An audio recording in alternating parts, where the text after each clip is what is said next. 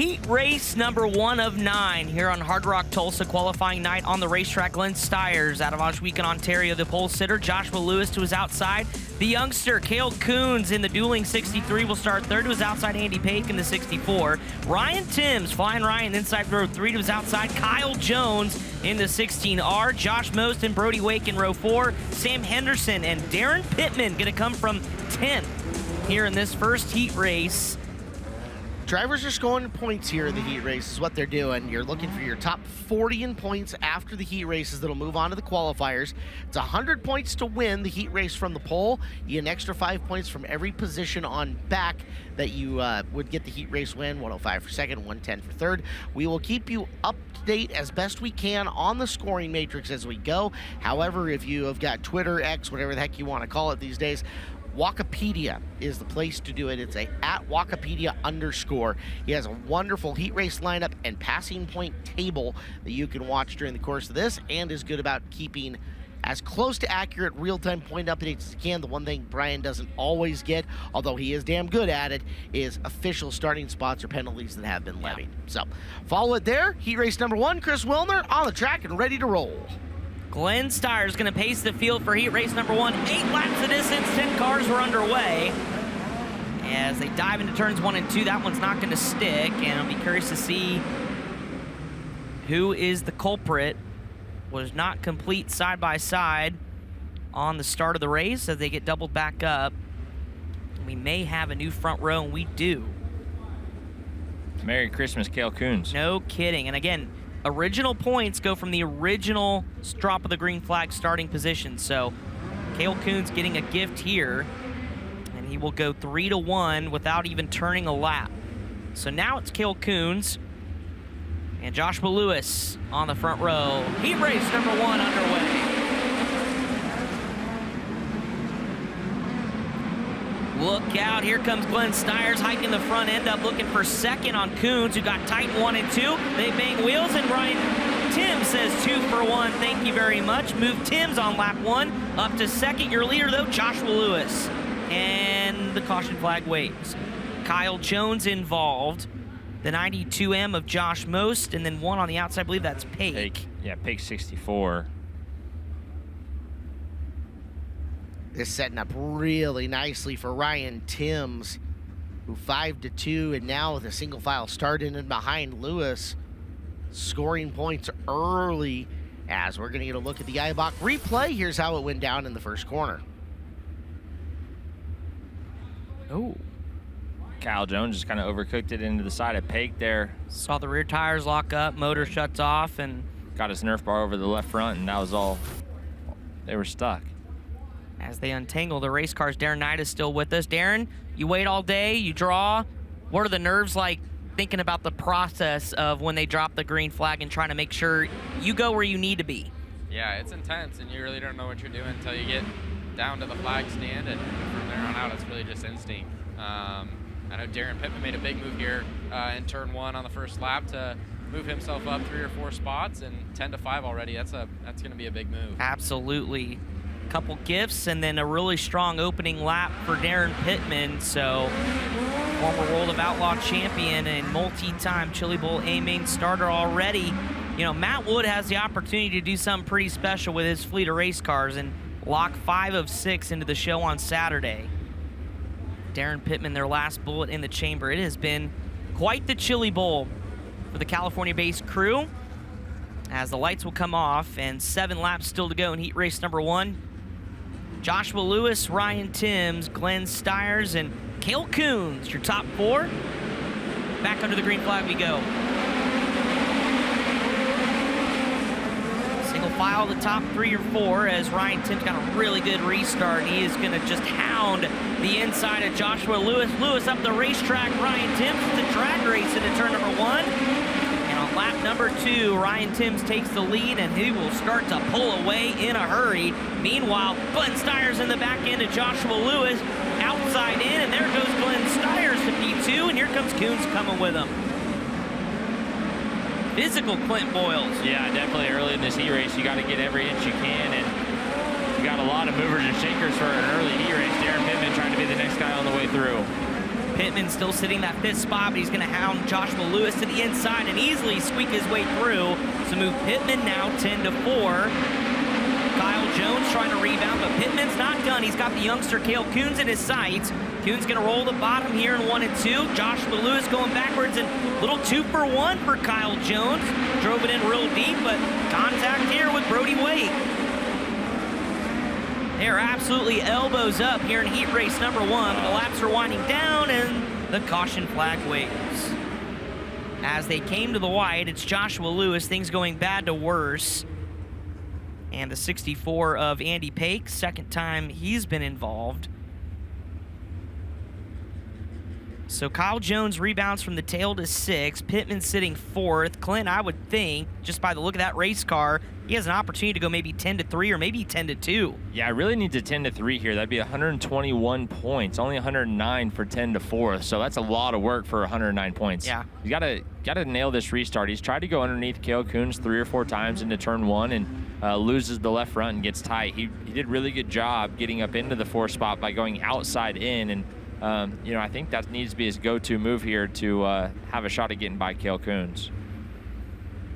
Cale also doing a very good job at not, making a mistake down there and opening up the door for Darren. So they continue to work on getting Joshua Lewis's car pushed back off. Meanwhile, Ryan Timms sitting at a 120 if he can just hang on these last couple of circuits. Hey, Chris Wilner. Yes, Blake I got Anderson. a little nugget for you. Yeah, what's that? Josh Most out there in the 92M, a former prelim winner here.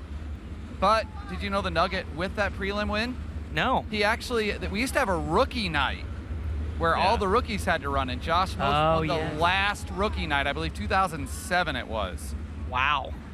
2007 rookie night. Those were pretty cool rookie nights. Yeah, they were. You kind of had to earn your way into running the Chili Bowl. Oh, how far we've come. 2007, man, that is a long time ago. Doesn't feel like it.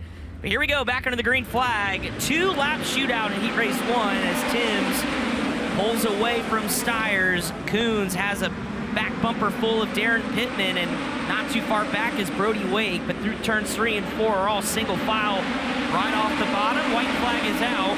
There's a look at Kyle Jones trying to get around in. Oh, one upside down, big time, and that's Most. Blake Anderson with the commentator curse, unfortunately. Man, I'll make my way ride. right down there. Yeah, that was a big-time flip down the front straightaway. And Safety crews on the scene. Most of it with the car inverted, cage side down on it, which is scary, but got the quick confirmation. Saw Josh moving around in the cockpit. That was great to see. Brian Ward is on the scene for the first time here in heat race action. Brian, what can you tell us? I don't see a whole lot of initial damage here to the race car. Josh going to climb out of the top of the race car, just has steering wheel sitting on the hood. Taking a quick once-over. Well, there's some good left rear damage. The left side tire is smashed into the torsion arm. And we will get a word in here with Josh. A wild one there coming towards the finish. What did you see or feel coming down the front straightaway? It's just tight racing tonight. I don't know, got caught up in somebody's mess trying to come from the back. Just one of them deals that happen, I guess. I didn't see any terrible damage to the race car. Did you get a glance at it all when you climbed out? Yeah, I don't think it's that bad. I think we'll get her back out there. Got a long road tonight. She's pretty hammered down. Guys, hammer down racetrack, and Josh will go make some repairs. Top of that car looks relatively good, though. IBOC replay, and here it is, and that's what I'm talking about, is most of your hits on the top of the cage, but it seems like the halo area stayed well intact. I almost spun around like a top there on the top cage, but good to see him okay. Just tight quarters, and Darren, I know you've been plugged into this heat race, Darren Nida, and when it's locked down like this, I mean, just how aggressive do you have to be? And obviously those spaces close up. Yeah, you really got to get up on it here. Darren Pittman, I hope he makes a big move here for the sake of my dirt draft lineup. Clinton said I think it was 120 if he gets to 3rd. Timms has got me sitting good, but if Pittman can just get one more, I'll be a lot happier with my Pittman's lineup. at 109 as he sits, and we go to 121 if he picks the spot up. Both so. are still great point-scoring runs. We'll see what happens. Who's aggressive? Green flag back in the air with 2-lap shootout as we follow Darren Pittman behind Coons, unable to get underneath in turns 1 and 2. Is going to set him up here in turn 3 and 4. Coons maybe a little bit off the bottom, open the door a little bit, not this time by. White flag is out for Ryan Timms. Darren Pittman looking for one more spot, trying to keep pace with Ryan Timms, but off of 4, Timms is going to lead and win heat race number 1. Steyer's second, Coons third.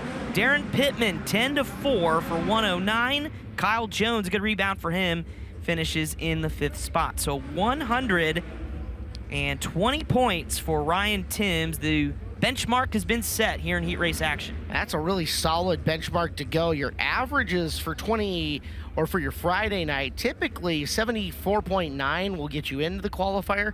92.6 makes the top 24, which is the inverts for the qualifier. Last year, it took 80 points to make the qualifier and 93 to make the invert. So that's kind of your average, your ballpark range for what you're looking for. 2 drivers well in and well into the invert, and Timms and Pittman, as we'll get ready for our second of 9 heat races here tonight. Well, as we welcome heat race number 2 coming down the ramp, we will go back up to the top of the ramp. Chris Moore with a K1 Race Gear interview. Yeah, our first heat race winner of the week, Ryan Timms. Ryan, when you get out there early like that, track's as heavy as it is it more important to be more aggressive or more patient? You definitely got to be aggressive. You can't waste any time, and you just gotta get up through there as quick and as fast as you can, even if it means making some people mad. So, feeling really confident in the car right now. Bo's got me dialed, and still could be a little better in places. So I'll let him know what's up, and then we'll see how we go in the qualifier. All right, good luck. Thank you. There you go, Ryan Timms. A good start to the night, 5-1 right off the bat. That's right. 120 will be a good opening benchmark for heat race action. We're going to shuffle more drivers in and out here. We are. Let's get through this lineup first. Yeah, Alex Midkiff and Colton Garris are on the front row of this one with Chase McDermott and Eric Weber. Cole Murray and Ray Broder in row 3. Kenny Johnson and Luke Hall, row number 4. And the 5th row is Justin Bates and Jeff Schindler. 10 cars, 8 laps, more points on the line to try to lock in 2 qualifiers coming up later on in the program as we welcome Mitchell Moles back into the broadcast booth. As of right now, everybody make the call? Is Midkiff the one that took the titanium arms off of the car that Briggs crashed and it's on his car tonight? Yeah. Wow. I did see that. Good point. Stevie straightened him out for him, and I think he's going to see if he can get a heat race win with him. I think they were originally in the trash. So we are missing 2 cars out of this lineup. Take note of that. Midkiff and McDermott are starting in the spots they normally would be. We're off and run into the green and slapping the wall out front. That's Colton Garris. Gathers it back together. Really fighting that race car to try to get her around as it is McDermott getting underneath Midkiff on lap number 1 and setting sail on the field. He's for 3rd between Brewer and Johnson as Luke Hall trying to slice his way back forward.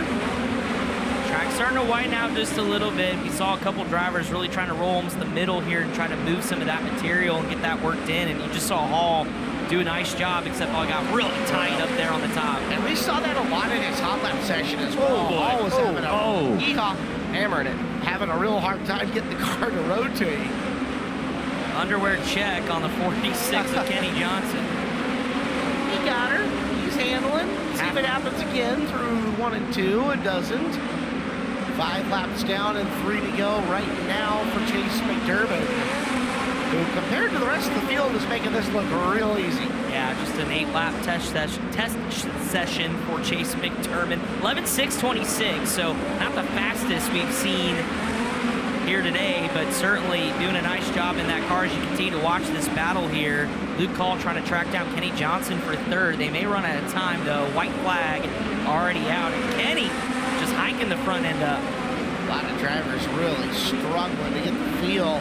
One guy who didn't, Chase McDermott at 110 points to his accolades going forward. McDermott gets the W over Midkiff. Kenny Johnson with scratches. He started upper roll, so that's 5-3 for him. Hall also had a scratch in front of him, so that is 6-4. And Colton Garris in the 5th spot. Yeah, so 6 to 4, 5 to 3 are around the 86 to 89 point marks. The average cutoff, just to make the qualifiers low, it's 74.9. So, I mean, you basically just can't go backwards, and you should be okay. Now, it's when you get to the invert, 92.5.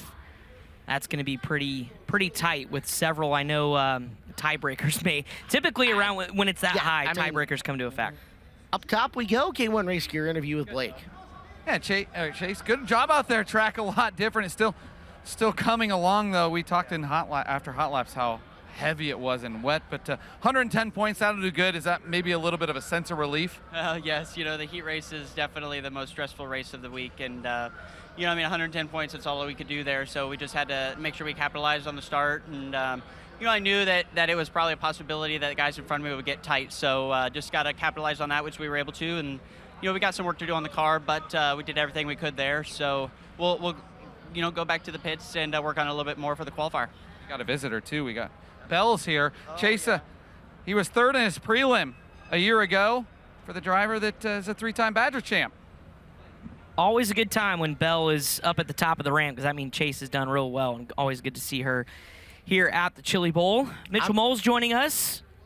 You've been here all week. You doing any more duck hunting? Nope, just 1 day's worth was enough for me. It's pretty freaking cold around here. Did you have to clean all the ducks? Yeah, no, I made Tanner do that. Yeah. Okay. I actually raced the next day, so I kind of had it planned out. Where there you go. I got to go to bed. You guys got to handle this.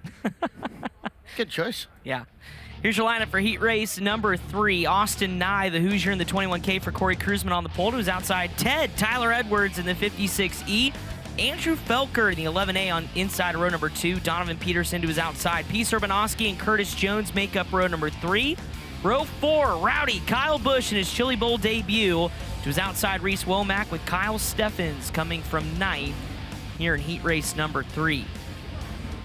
Clinton, expectations if you're Kyle Busch. Just get 8 clean laps in and see what happens? Yeah, if you can get to 3rd, I think you got to be really happy with that. I mean, but any progress forward is good. So, yeah, I think you're looking to get up to 5th. You know, 4th is decent, 3rd is good. I think that's how you'd set your expectations here. Remember, getting his first laps, did not make practice on Sunday, so had about 5 or 6 laps in hot laps, and then here we go for 8 laps of the most important race of your week. At least he's in good stuff. Yes. Yeah. Great engines. Great engines, great Big Al chassis. working on it. Yeah. It's worth a lot right now. You're set. And Big Al had all week to watch this racetrack. You know he's got that thing dialed in. Oh, yeah.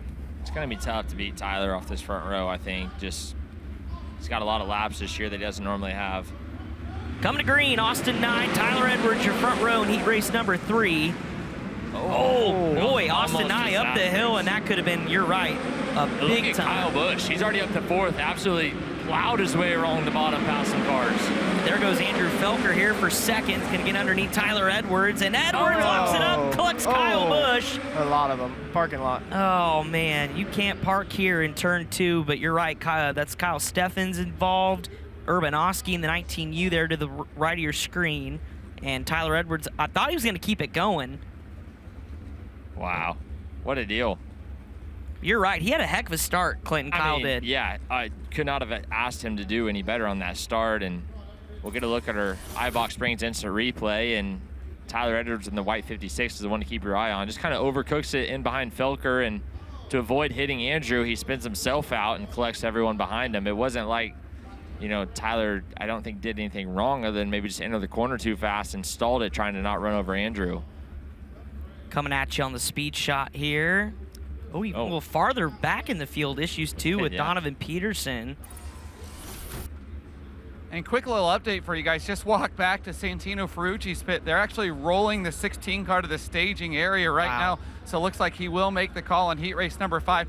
They got the left down tune fixed pretty good. The right side's still a little bent, but looks much better than it did about an hour ago.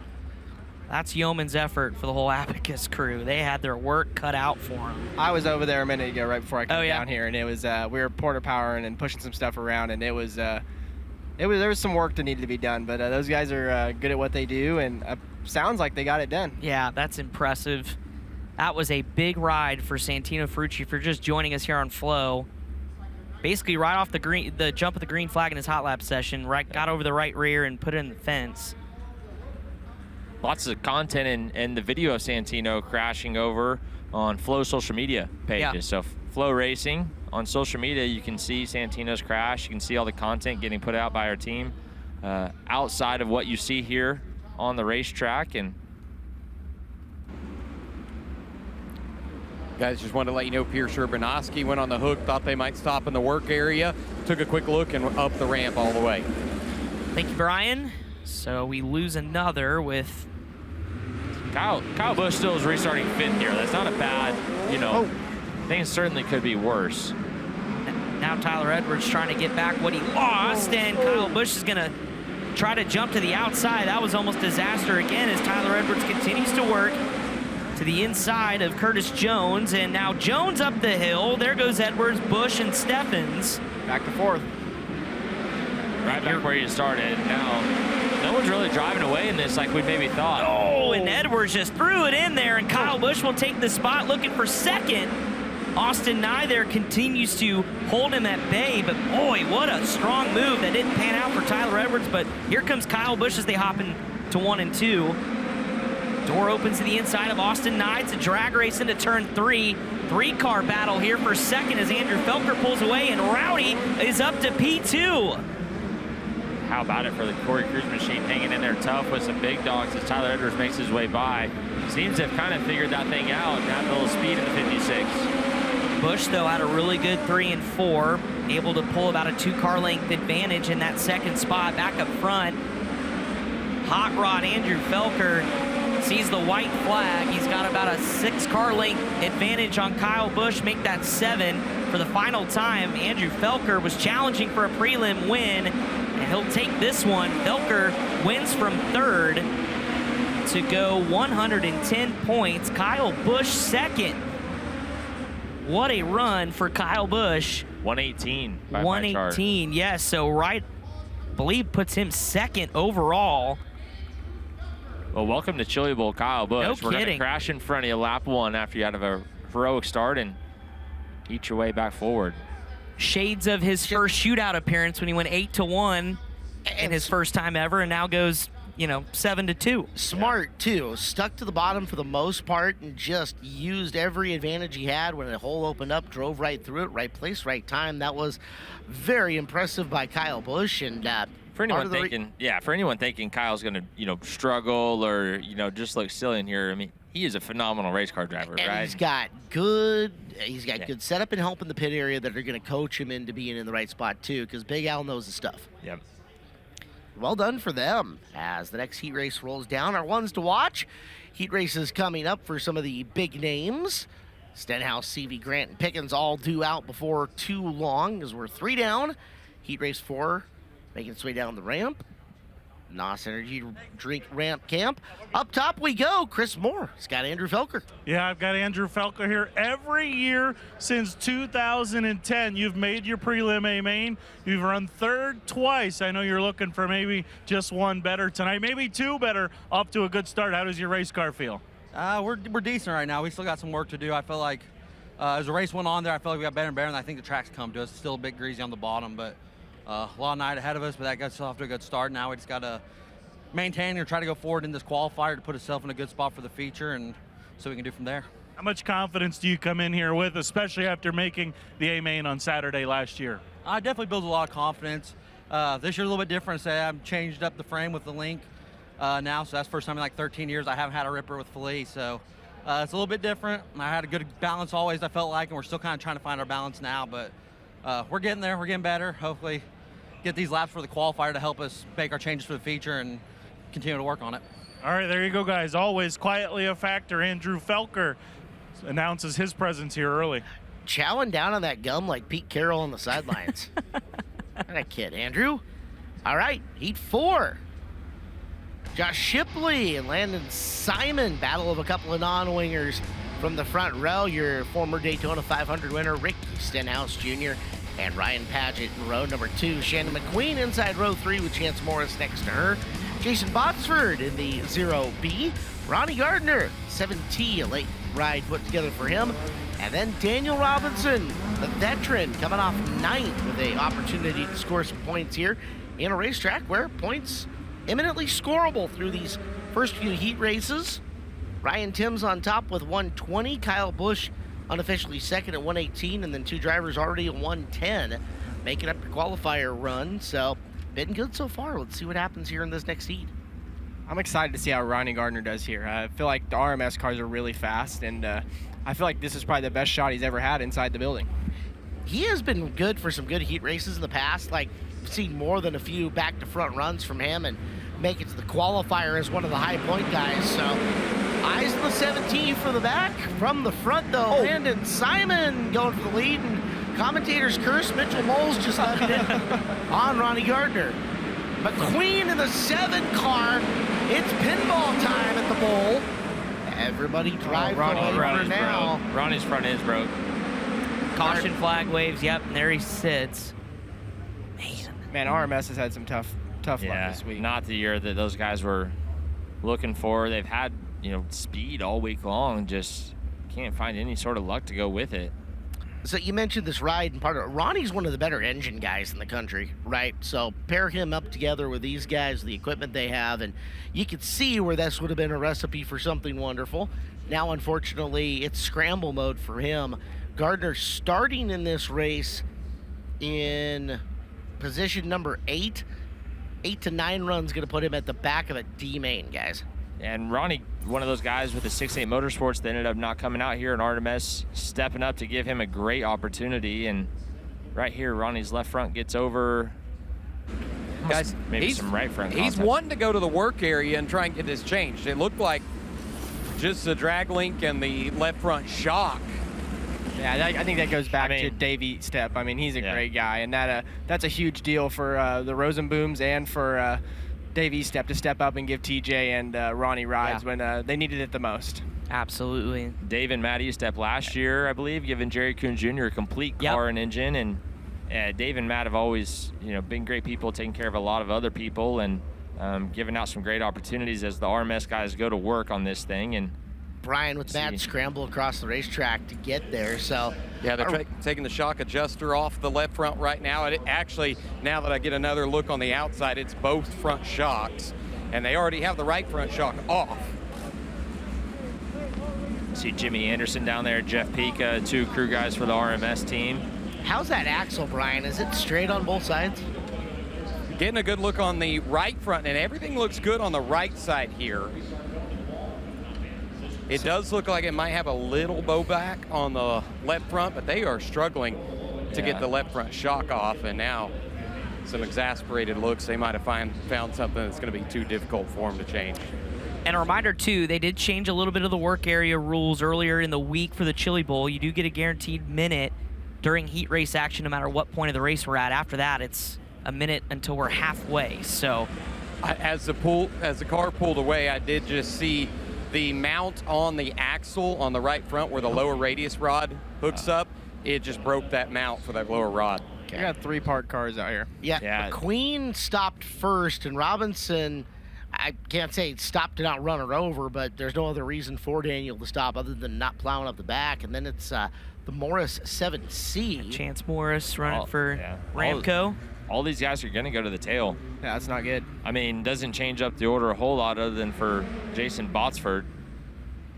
He just got 3-4 free positions if you count Ronnie Gardner. Jason Botsford listed from Quincy, Washington originally. That is half an hour from where I grew up. I can promise you there is no midget racing in Quincy, Washington. None? Not a lick. Somebody might have... oh, boy. Oh, we got another one. Joshua Shipley was running second. Started in the pole. I was gonna say, this is the heat race you want to be in, apparently. Oh, Just no dropping kidding. out. If you're just running, you have a shot here. So Jason Botsford up 1 more spot. That's 5 free spots. Ronnie Gardner, Daniel Robinson, Shane McQueen. Go Team Eastern Washington. Yeah. We don't need a commentator's curse, so easy. Kyler, you live in Illinois now. You shush. I believe they're trying to get Botsford up into position. Oh, is he? All right, I got to go do some. Couple cars. 7C Chance Moore should be up there behind Ryan Paget by my math, and Botsford should also be up there unless he stopped somewhere I didn't see. Well, the lineup is good. Chrissy McDougal giving him the 1 to go signal. Well, all right, so our generated paper lineup says Quincy, Washington. Our digital entry says Tracy, California. That would make a lot more sense as far as hometown for Jason goes. That's not too far from me. Out in Raisin City? Oh, yeah. Beautiful. Here we go, back into the green flag, 7 to go in heat 1. To the inside, here goes Ricky Stenhouse Jr. looking for the top spot in his CB Industries 86. He's got it over Landon Simon. Simon back into second. As Ryan Patchett picks up the spot up to third. And way up the hill, Chance Morris trying to hang on. Settle down, guys. All right, it's early. McQueen gonna pick up a spot. Robinson going back downstairs. Remember, he started 9th, so this is all gravy for Robinson if he can get a couple more positions here. Patches or Moore is selling out on the top right now.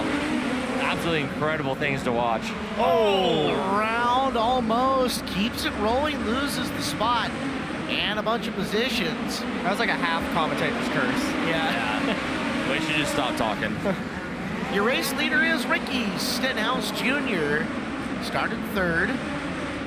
Another driver started Robinson just told McQueen she's number 1 as he went around the outside. Those two have been banging wheels the last couple of laps, and finally Robinson got around. Not the first time Robinson's thrown the bird. Exactly. That's a signature move now out of Robinson. Not as cool as when he did to Sammy, but... Yeah. 1 to go for Stenhouse, who is going to pick up 110 here with relative ease. Stenhouse gets the job done. Simon, second to second, worth 93 points for him. I never really understood the whole number 1 thing because I don't think the guy that you're giving a number 1 to really cares. No, yeah. Yeah. Well, if you remember the story all right. from Robinson originally on Sammy, he did it because he loved racing with the guy. Right. And thought he was a hero to him and just thought it'd be kind of cool to flip him off. I think we got a good look at it here on the IBOC replay. Watch the outside. That's Daniel Robinson. Oh, little hip check here. And clean so far. Hey! Hey, how are you? Vintage. Hey, how are you? Somebody got a good picture of that, too. You saw the flash bulb, so I need to see that. Robinson scores 104 going 9-4, by the way. So, good run for him. 4 heat races down. QR code up right now to vote for the best appearing car. We got some gorgeous Friday night cars here in this field. So scan that QR code. You'll go into a voting page where you get to select your favorite looking car here on Friday nights. Put them into one of the semifinalist positions. Best appearing car will be named tomorrow. I know that Briggs Danner got night 1, number 1. Chance Hull got the 4th night last night. That's the Revolution Graphics car. It's the one. Yes. You're right. Corey Day got Wednesday night. I don't remember who ended up winning Tuesday. I'll figure it out.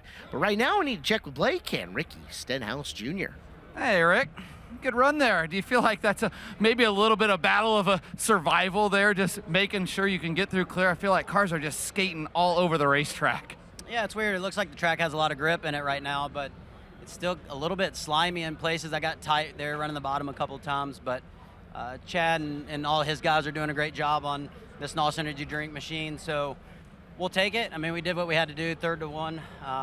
You know, you'd like to get some more passing points, but you can't be too picky right now. So we'll go back to work and watch out and see what we need to do in these qualifiers. 110 points will do for Ricky Stenhouse Jr., who was 23rd in his prelim a year ago. Tomorrow night, he'll go for his 9th career A-main start. That was his 8th heat race win, too. Boy, he is just racking up the numbers here at the Chili Bowl, guys. Thank you very much, Blake. Heat race 5 down the ramp onto the track. One more shot. Here we go. From turn number 2, here's the Nate Vision. Oof. All right, that's the rear tire contact that made Daniel Robinson say, hey, how you doing? Great work by Nate down there in the infield. As you take a look at that replay, exciting stuff here in this heat race action. Well, before we launch this next heat race, Caleb, we have an absolute special guest joining us, and he's going to be honored here tomorrow. How about it, Jeff Gordon? Welcome to FloRacing in the Chili Bowl. Man, I'm so excited to be back. You know, I've been here many times, but it's been a few years, and this is a bit of a redo on the Grand Marshal duties, but I can't think of any place I'd rather be right now than here. I've been watching from home, and you guys are doing an amazing job, and some of the best racing we've seen. So should be quite a night, and quite a night tomorrow is going to be spectacular. Chris, how about this? We've got Jeff Gordon sitting in the booth with us for heat race action here at the Chili Bowl. Absolutely. This could be kind of cool. Yeah, absolutely. Just check that box off the career goals, right? It'd be a lot cooler if you're out there in a car. Yeah. Well, I was there. Can't be too far away, right? I was there back in the late '80s. Does it feel like it was that long ago? No, it doesn't, but the cars have changed so much, so when I look at the cars, I'm like, man, these things are going a lot faster than I was going around here. But I had an amazing email from Raleigh Helmling, who was my owner that I drove for, and he was reminding me about our Chili Bowl experience, because that year, I think it was 1990, I mean, it was just a spectacular year for us. We seemed to win everything, but we didn't win here. I think we finished 14th, 15th. So I was always bummed about not coming back and having a better Chili Bowl, but it was certainly an amazing experience. Fifth heat race is on the track and ready to go. Green, Timmy Thrash, and Johnny Murdoch. We have got the two-time and defending Chili Bowl champion Logan Seavey in this one. He's in the black and purple 39 towards the back of the field. Contact up front early between Thrash and Murdoch. Bottom opens up, and there's Jason McDougal into the early lead. Oh, we got one hard in the wall in turn one, upside down in a big way, and that's Brendan Hires in one of the Bundy built sponsored machines, and that was a massive impact. And in turn number one, safety crew is there. Sparks flying all over the place. Got a great shot of it, knocking the right side arm guard all the way into the top visor off on the car. Wow. Or the top side visor, I should say. Quickly, let's get the hook. That thing's not rolling anywhere. No. That's why you don't want to get back in one, right, Jeff? I was going to say, welcome to heat race action, Jeff. I wouldn't mind getting back out there. I don't want to get out there with other cars on the track, because that's why. You got a chance to test a midget at the BC out at Indy, right? I did. Rich Marshall and Tim Clausen.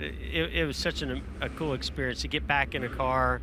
I was amazed at the grip, I will say. The grip was just driving off the left rear and just doing things that we were always trying to get our cars to do better. But that was cool. And has similar size track and some conditions similar to this. So I guess I wouldn't mind getting back out here a little bit too. Well, let's get an IBOC replay of what just happened here to Brendan Hires out of Pennsylvania. And Brian Ward is on the scene over by the accident. Brian, you got a pile of race car parts hanging out over there with you. Yeah, they're going to pick it all the way up on the hook. I mean, they got everything on the front end, the radius rods, the shocks, and they got the Jacobs ladder on the rear. So couldn't hook it up from either end. Brendan, a wild ride there. Tell me what about coming to turn number one. Just got too impatient. Okay, we're going to get us off the racetrack. I was going to get him in that side-by-side that they were carrying the car with, but there's no room inside, so we'll have to find a four-wheeler to get a ride out back to the pits. Clinton, that thing's hurting too. You see the fluid squirting out from the bottom of it underneath. That was ugly. Really tough there, because he had a great run down the front stretch, and I don't think he expected the car in front of him, Timmy Thrash, to be up there and dump the front end, try to get on the brakes, and just couldn't get it wound up in time, and not enough room between Thrash and the wall to split the gap at all. So moved guys up a couple rows and one car off, and here we go. Big bonus points there for all those guys, Ferrucci, Park, Seavey, who are buried in the back of the field, who need every spot they can get. In fact, Santino going to restart position 4 here, even behind Johnny Murdoch. So, and that front end was destroyed maybe about an hour and a half ago. So good to see Santino back. Have Jeff Gordon here in the booth. Jeff, obviously not your first time back since you last ran here, but what is it about being back, and how special is it to be back? Well, besides just the amazing action on the track and great racing, young talent, obviously our news recently at Corey Day, we've got our eye on these kids out here and getting it done, and some of the best, racers that not just exist on dirt, but I think get behind the wheel of a race car. But the energy of the crowd and the fans, I mean, I just think that's what makes this experience so cool for so many racers, but new people that come here. There's no energy like this anywhere you go of any other event. Here in the heat race, Logan Seavey is moving his way to 4th in the 39. You see him weave his way forward.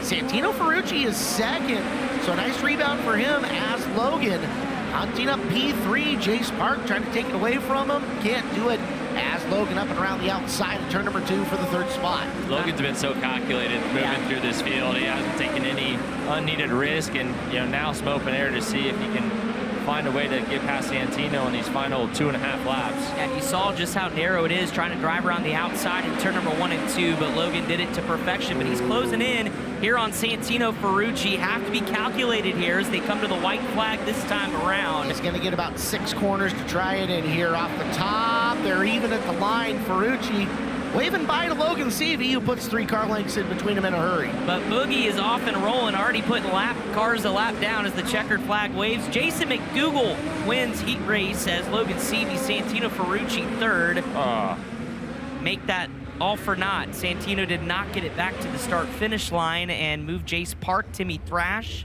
and Johnny Murdoch to your top 5. So 9-2 for Seavey is worth 128. He is your new high point at this point.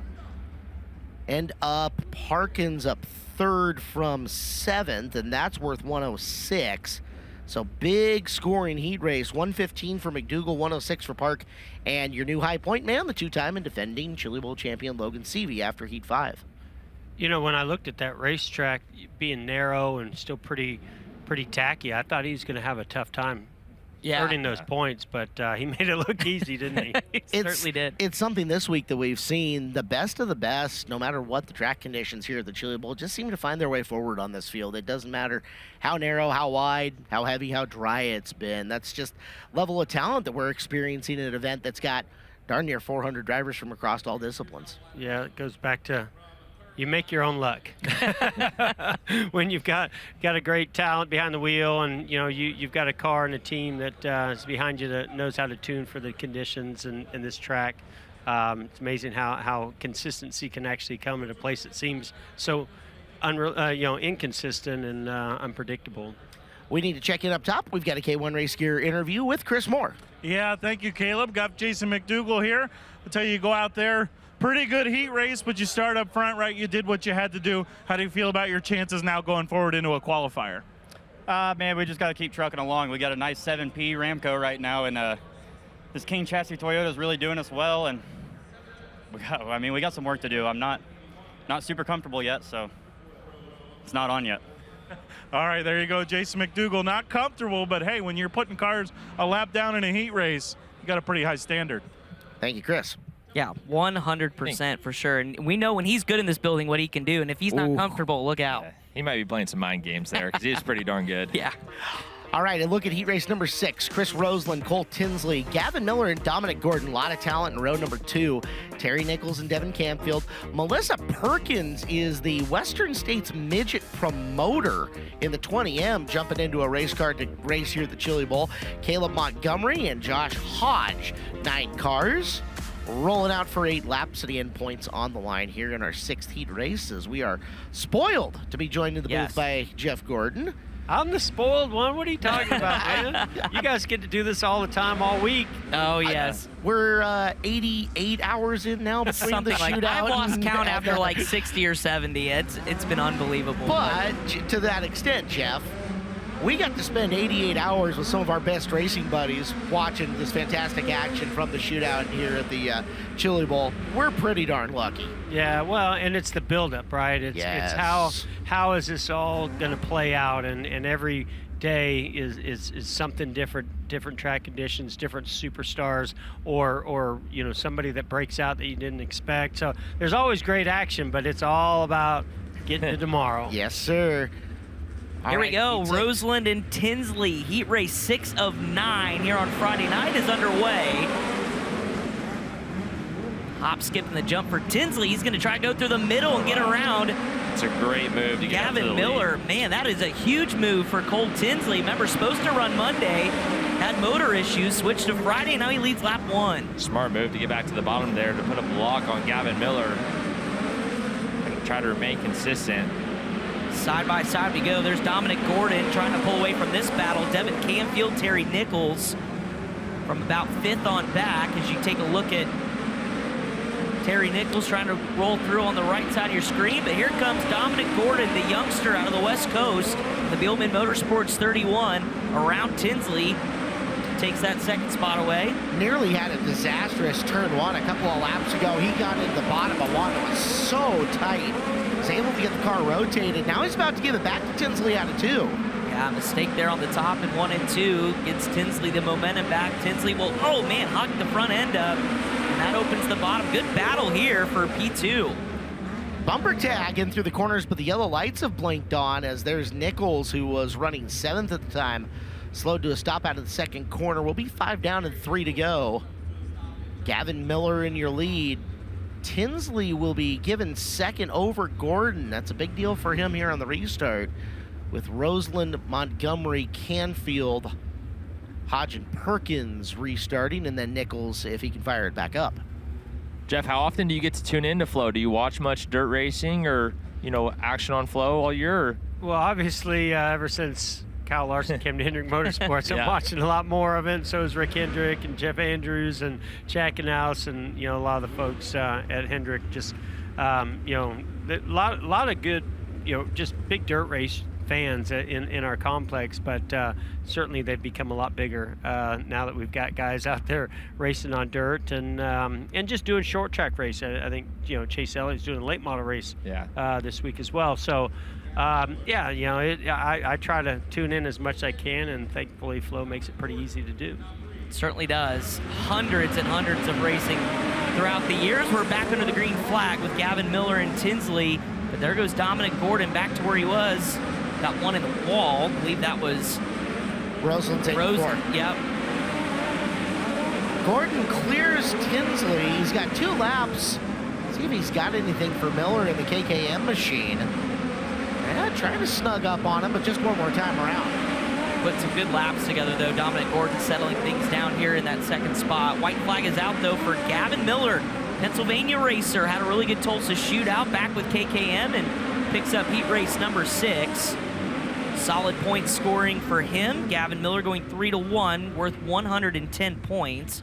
Puts him well inside the top 5 through 6 heat races. As you look at your unofficial results here in heat race number 6, Caleb's going to tabulate the points. Jeff, you mentioned it just a moment ago before we started the heat racing. Corey Day, big announcement this week. I mean, obviously huge for his career, but what was it about Corey? Obviously, you were probably paying attention to his career much before this announcement, but what is it about a guy like Corey? Yeah, I mean, watching, on Flo and just watching sprint car racing in general, because I love it so much. His name just kept popping up, and he kept doing things that got, a lot of people's attention, not just ours.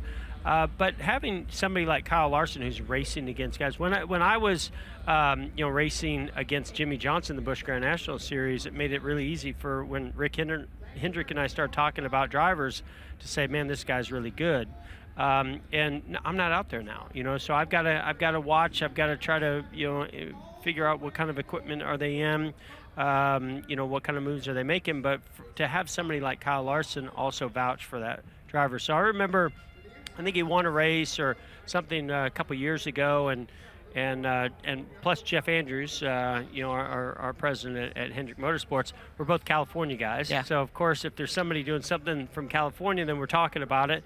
I knew Corey's dad and raced with him a little bit over the years as well, and we just started going, man, we got to keep our eye on this guy.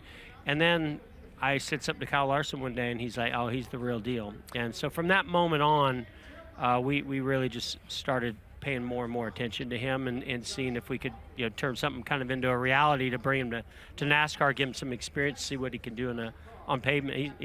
I'll never forget the first time that I know we got to go to the interview, but the first time that I hung out with Corey, we went to a driving school in Vegas, and he had never driven a stick shift before. So that was, I was like, oh, we got a lot to learn here. Yeah. We are talking with Jeff Gordon here in the booth. We got to go up top for a K1 Race Gear interview, and Blake Anderson. Yeah, Gavin Miller's second career heat race win at the Chili Bowl for the driver 8th in USAC midget points last year. And Gavin, did it feel like a close call out there to get to the lead? Yeah, a little bit. I kind of got a little tight and then got into his left front there. But yeah, the car's great right now. I've made some errors there that I got to clean up on my part. But I can't thank everyone enough. Toyota Racing, Sound Gear, KKM. Yeah, I'm excited going into the qualifier.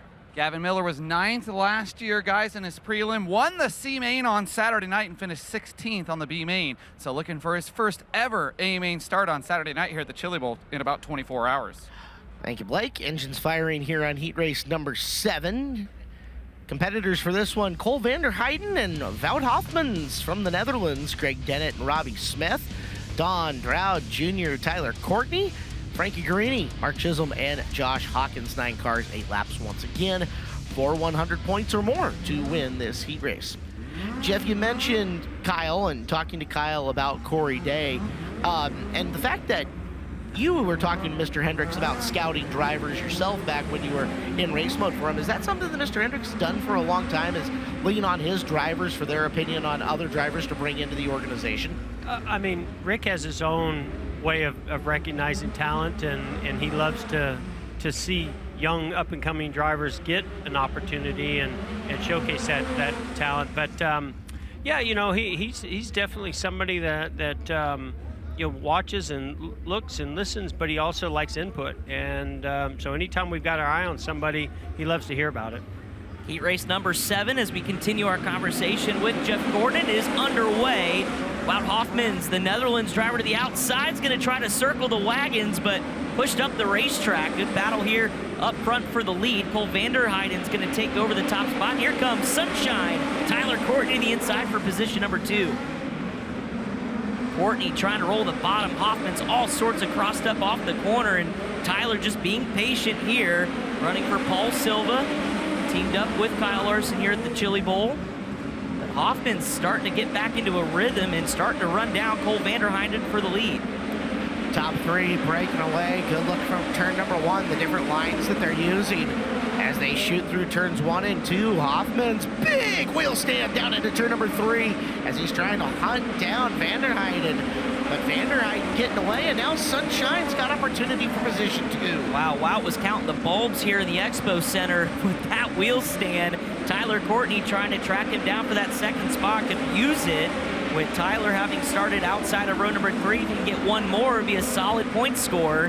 But the laps beginning to wind down. It'll be 2 laps to go. The battle for second continues. That's the car speed we've been looking for Sunshine for a couple of nights now within it, as he is all over Hoffman's, looking for the spot. We're coming down just a 1/5 of a mile to go, Chris. He's going to have to find the combination right now. White flag is out. Van der Heijden a solid second lead, just about a second lead that last time around, but the battle for second still heating up.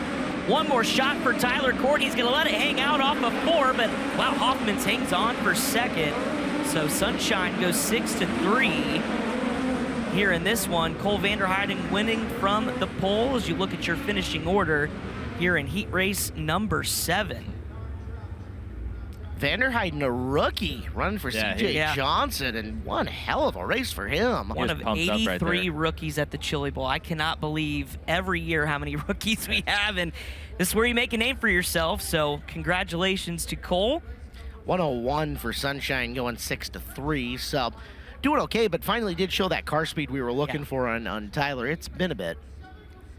Well, now that you've got Corey Day in the system, what is that transition process like? I can't imagine what his schedule looks like for 2025. It's probably huge. Yeah, it's intense. I mean, there's so much, you know, there's the physical fitness side of it. There's the simulator side of it. You know, there's just getting laps and understanding the cars and the tracks and the competitors.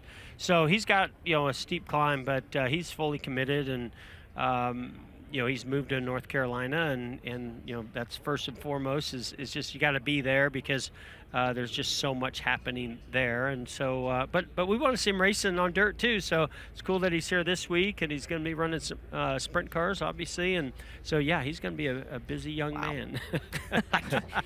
Wow. And he'll start, you know, in the ARCA series. Yeah. In Daytona, which is, I mean, what a place to start. No kidding. Yeah. Go from running about 80, 90 miles an hour around here to 180 at Daytona on the banking. I can't imagine that sensation for him as well. Toss it up top. Chris Moore ready with our K1 Race Gear interview. Yeah, I got Cole Vanderheiden here. Cole, congratulations, man. Chili Bowl rookie, you come out, win a heat race. Tell me, how good did that race car feel? Looked like you were working right up against that cushion the whole way. Yeah, man, that car felt so good. Felt like I could put it on the bottom or the top. This is my first actual race. That was my first actual race in a midget, so definitely pretty excited. Hopefully we can go forward in the qualifier and put her in, lock her in the prelim A tonight. Good job, man. Keep it up. Thank you. Cole Vanderheiden, how about that? First time in a midget, checks off a win. Batting 1,000 here at the Chili Bowl. And rivaling Emerson Axum for helmet hair. Holy cow. That was fantastic. Heat race number 8. You should take a look at the BR Motorsports speed shot out on the racetrack. Here's how they'll go for 8 laps. Ace McCarthy running for Tanner Thorson on the pole to his outside. Justin Grant, Mr. Friday Night, for CB Industries for the first time here at the Chili Bowl. Tad Hallman and Taylor Courtney, Sunshine's brother, in row 2. Tim Creech, Sam Johnson in row number 3. Jeffrey Abbey, Chris Andrews, and Michael Pickens coming from the rear inside of row number 5. That is going to be one to watch for sure. It's definitely a sneaky good heat race. Yeah. I mean, it's not even really sneaky between McCarthy and Grant on the front row. Sam Johnson's been very good in this building. We saw him a couple years ago compete with Justin Grant and Ricky Sinhouse at the front of a Friday night A main. Pickens off the back here. KKM cars, obviously picking up speed as the week goes. So Jeffrey Abbey, the stock car star for IMCA Modifieds. That's pretty cool. Eyes and storylines all over the place. Heat race number 8 is green. And around the outside goes Justin Grant, looking to run away and hide as Ace McCarthy tries to hang on to P2. See as Sam Johnson, those rolling. Yeah, see it, Sam quickly up into 3rd is huge for him. Really impressive what Justin did there on the start to just be in total control. Michael Pickens up 2 spots already at the initial green. Make that 3, make that 4. Slicing dicing his way through. Michael Pickens now up inside the top 5 into 4th. Created a nice hole to punch through for Jimmy Miller's favorite driver, Chris Andrews, the veteran. He's making his path in and through as you get another look at Justin Grant, already opening her up big time over the rest of the field, over a second advantage just at the halfway point. Solid test session here for Justin Grant again in his first outing at the Chili Bowl with Chad Boat and CB Industries, coming to 3 laps to go, but the caution flag waves. We've got a couple cars top turn number 3, and that's Timmy Creech. Tad Hallman letting him know what he thinks about it. And Creech stuck up over the left front of the Hallman machine.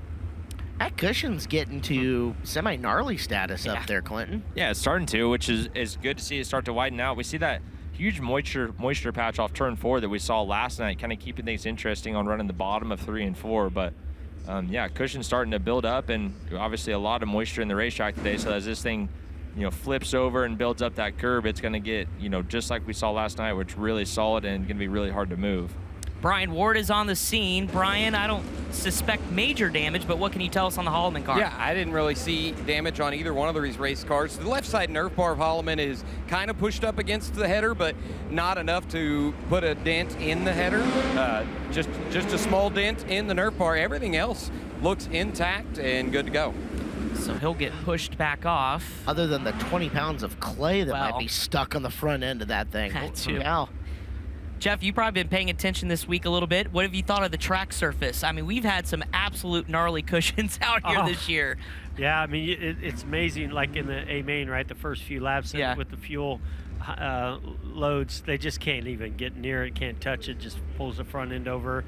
Yeah, I mean, I think it's going to be really something to see as it evolves tomorrow night, and whether guys are going to be able to get up over it. Are they going to just, build it up all the way to the wall, and then the bottom comes back in? So it has been gnarly. Speaking of getting up over it, were you watching the shootout just in awe at Kyle Larson and what he was doing? Well, in and that that's kind of where I was going with that. Is I saw that line, and I mean, if you can't run up against it, then find a new way, and that's what makes him so good, and guys like him that know how to search around these racetracks. 4 laps to go here in heat race number 8. It's been all Justin Grant. This one's going to come back. I honestly think, my guess is they hit the wrong switch. The yellow came on for a short second, and then the green popped on. So I feel like at that point you just throw your yellow, reset, and re-go. But so on the restart, Grant, McCarthy, Johnson, Pickens, Grant's maxed out. Can't do any better than what he is. That's 105 for him if he continues on with him. The cone has been turned pink tonight as well. McCarthy right now 1-2, and you really can't afford to go backwards any further for him. Johnson has worked 6-3. We know that's a good scoring run. Pickens 9-4 as well if nothing changes from here. Yeah, sitting at 104 for Pickens. He wants a little bit more, though, as we're back under the green flag. Looking at Sam Johnson trying to follow Justin Grant through, but Grant just so good off the bottom. Now the door is going to open for Ace McCarthy. Got real tied up on the bottom, and door opens for Michael Pickens. So Pickens now 9-3 here with 2 laps to go. We said that McCarthy couldn't really afford to fall backwards. He's going to try to pick up that spot back from Pickens. Pickens leans up against the cushion, drives away. Here comes Chris Andrews. Andrews down to the bottom as McCarthy having a rough couple of laps here, loses multiple spots. Chris Andrews on the march from 8th. Gonna maybe stall out there, but a good pickup to 4th is off of 4. Justin Grant wins heat race number 8 by a mile over Sam Johnson. Michael Pickens 9-3. Andrews and Ace McCarthy round out your top 5 as you look at your unofficial results with one more heat race to go. Pickens picks up 116 for his 9-3 run. 6-2 worth 113 for Sam Johnson, who has just had a fantastic run in these 30 days at Tulsa. And 105 for Grant as well. Chris Andrews 8-4 is qualifier bound, 99 points. Nice job for the vet. It's exactly what he needed. So as we continue to tabulate the points, don't forget you can vote for the best appearing car here at the Chili Bowl. Votes are still open if you scan the QR code. There's several nominees here tonight. We saw a few of them already. Logan Seavey, boy, that thing looks sharp. Ooh. Between his car and Felker's. Yeah.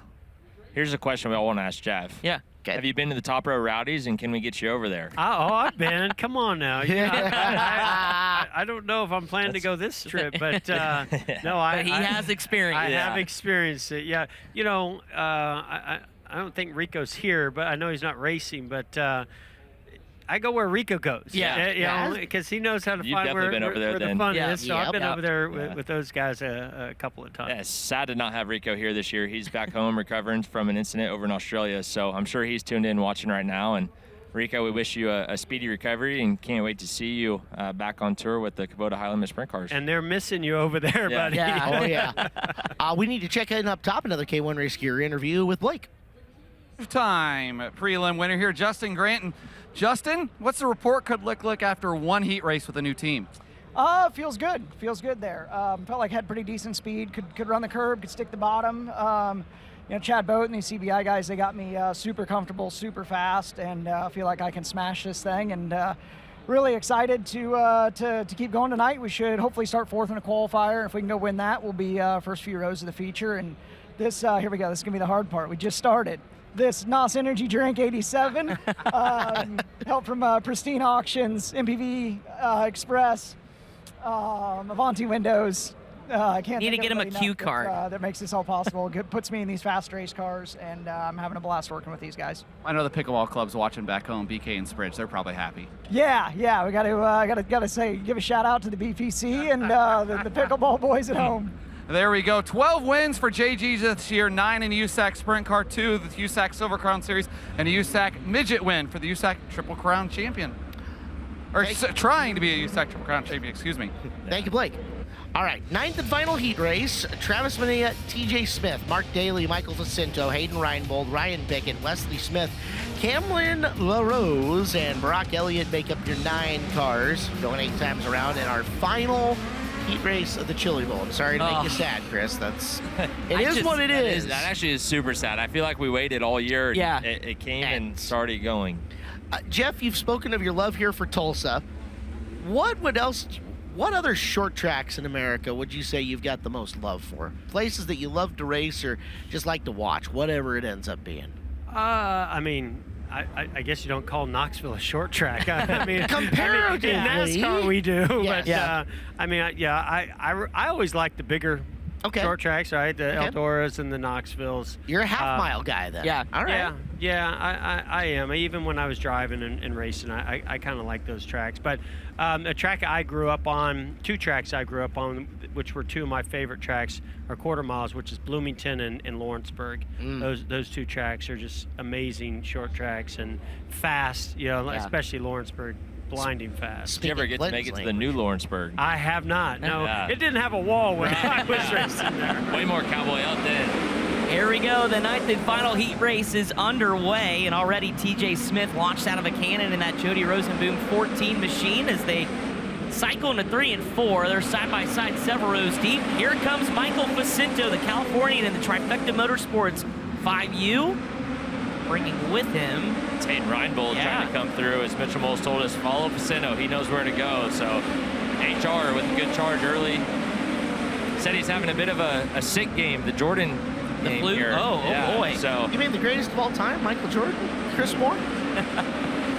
Take a look at your leader, TJ Smith, out here running 11.8, so track slowed down just a little bit since what we saw earlier in the night. How appropriate would this be if Facinto can run him down and we get another TJ Smith, Michael Facinto battle, this time in a midget? Yeah, shades of the Tulsa shootout we have seen. all right, Caleb, I didn't take TJ Smith, my dirt draft team, and I'm getting pretty upset with you right now. Picks are for entertainment purposes only. TJ's wheeling that thing, though, doing a fantastic job. We've seen TJ do incredible things on the micros, and now in the midget here at the Chili Bowl, he's just, an all-around fantastic race car driver. Coming this time, it'll be the white flag as you look a little farther back. Wesley Smith in that white 44X trying to get Travis Minia, and he does. And waiting in the wings, Cameron LaRose in the Avanti 2P, but the white flag is out one more time around.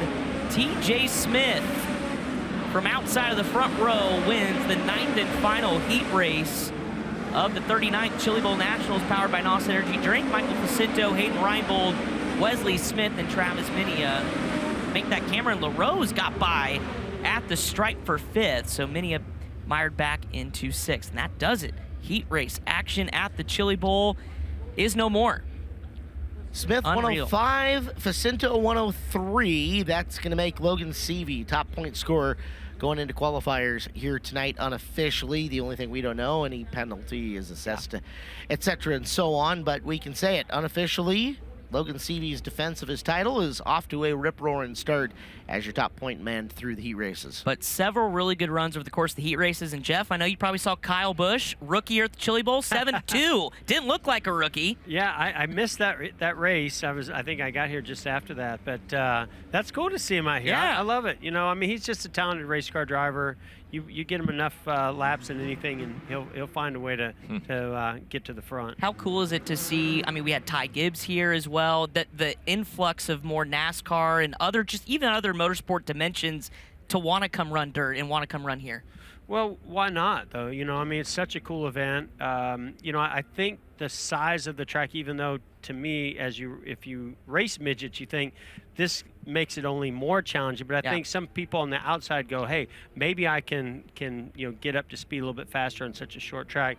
But the competition's so tough here. It's such a tall order that I just applaud anybody that takes on the challenge that doesn't normally get behind the wheel of these cars, and I think it also makes it more interesting for all of us to watch these guys in a different discipline. Checking up top, Chris Moore has got our final heat race winner, TJ Smith. Yeah, here with TJ Smith, supposed to run for 6'8 Motorsports. Things fall through. Jody Rosenboom comes through, and here you are, a heat race win. But not only that, the car looks stout up front. Yeah, man, Jody gave me a hell of a car, kind of a last-minute deal, thinking about Mitch at home, him and his girlfriend, they lost their house, so really sad deal. None of us blame him. You got to do what you got to do. So Jody stepped up and said, hey, you can come run my car, and he gave me a really good piece. Can't thank those guys enough. Truly, last minute like it means the world. What kind of challenges come with it being such a last-minute deal? Oh, man, we went out for practice day, and it was just comfortable out of the gate. So, the only challenge for me was just trying to figure something to do last minute. But, Jody stepped up and said he'd help me out, and we're going to go from there. Off to a good start. Keep it rolling. Thank you, guys. There you go. TJ Smith has a golden driller to his credit a couple of years ago. Looking to add another one here at the Chili Bowl. Huge crowd here today at the Expo Raceway inside the SageNet Center, turning the bowl pink tonight here at the Chili Bowl Nationals, powered by NOS Energy Drink here on FloRacing. We've got D-Main action coming up for you. We'll get you the lineup for those. It'll take just a minute, but first we want to let you know your favorite races, games, or even better on the big screen. Select your favorite teams, track series, and more to easily access the content you're looking for every time you open our beautifully redesigned TV apps. Download the Floor Sports TV apps today, available on all major app stores. Guys, D1, 10 cars. Only 2 moving forward, Josh Hawkins and Donovan Peterson, Jeff Schindler and Pierce Urbanowski, Mark Daly, Ronnie Gardner, Melissa Perkins, and Chris Roseland. It's Tim Creech II and Brendan Hires, who you saw take the really wicked flip earlier. And then Josh Most and Eric Weber making up the first 12 here for D-Main number 1. 10 laps, only the top 2 will move up into the back of C feature numero uno. Guys, I have to tell you, I just left the booth here for a minute. It is packed in this building. There's a lot of people here. There here. is a lot of people that are out moving around. It is. I just walked through the concessions in Midway, and it has a Saturday feel to it already. It's uncomfortable almost out there. I know. You got to budget 30 minutes just to go 100 yards. It's a 5-minute walk just to get past the concession stand for me there. But that's what we love to see, right? We do. I mean, streaming's killing racing, though, Will. Yeah. Yeah. What do I know? It's crazy this place does not sell out. Yeah. The seats do. The seats do, but the building does not. Yep. Lights are out, coming to green, looking for 2 to move on to the back of C feature number 1. This is D-Main number 1, and it's underway with Hawkins and Peterson down into 1 and 2. Josh Hawkins across the nose, and that's That's Josh Most. That's the second time he's been upside down. Yeah, a massive tumble down the front stretch, guys. Another one is topped turn number 1 and 2. I believe that's the 84 of Chris Roseland. But Most, like you said, went for a huge ride. Caught the tail end of it with not watching the monitor. We're out here through the window, and he had some movement going. There was some velocity there. Good to see him climb out of the race car for the second time. They say when it's not your night, it's not your night. Boy, it's been a rough Friday night here as we take a look at the IBOC instant replay coming into view. Oh my goodness. Yeah. Ramped up off of 2 car, almost looked like a throttle stuck. Let's give some credit where credit is due here. That is a spike that's now held up to 2 pretty big hits for Josh Most. That thing has been... I'm surprised it hasn't been more of a yard sale than what it is. Trying to shoot the gap there, and that one's going to be tough. Rear end's blown out of that thing, and I'm surprised they're putting it on the hook. I'm surprised it's not on a bucket. Brian Ward, I hear your microphone. Yeah, I'm going to let him get it back on the hook here. I think that with the front bumper being bent down like this, it is slipping off the hook, so they're just going to have to put a strap around the frame to hook onto that, and then Josh will hop back up here and I'll get a word in. Now we know where Robert Bell's bungee strap went. So, second time tonight talking to Josh. Man, when it's not your night, it's not your night. Just a tough one today. Yeah, it sucks. Come down here all week and only get a couple laps, but I don't know. Sucks when you only do this once a year. I've had good luck before and just really tried to make the most of it, but it just didn't work out. After the heat race, you took the ride back and had to go make repairs. What was it like thrashing on the car to get it ready for this D? What all did you have to change? I had a lot of friends and people help me get here, and I don't know, we all got to put it together. So. All right, guys, Josh Most up the ramp again with the car on the hook. Thank you, Brian. Yeah, that's unfortunate. I'm going to take a long shot that he does not put it together for the Q main tomorrow morning. Yeah, I think I would probably pass on that, unfortunately. But just you guys are quitters. Yes. Quinn, what was your rule? Cowboy. You mean you would break your rule? I wouldn't, but Josh should. Oh, okay. There's Cowboy. Yep, we do have Cowboy sighting. I was kind of hoping he'd be playing the harmonica for the anthem today, but... I know, man. That'd be so neat.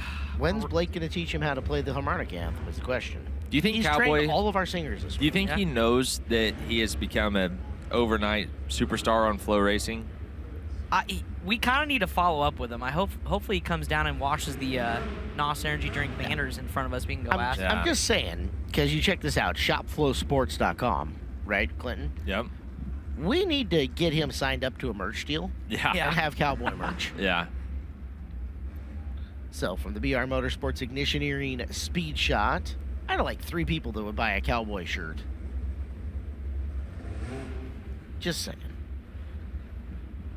Field idling around. We got no laps complete, so they're going to go double file once again.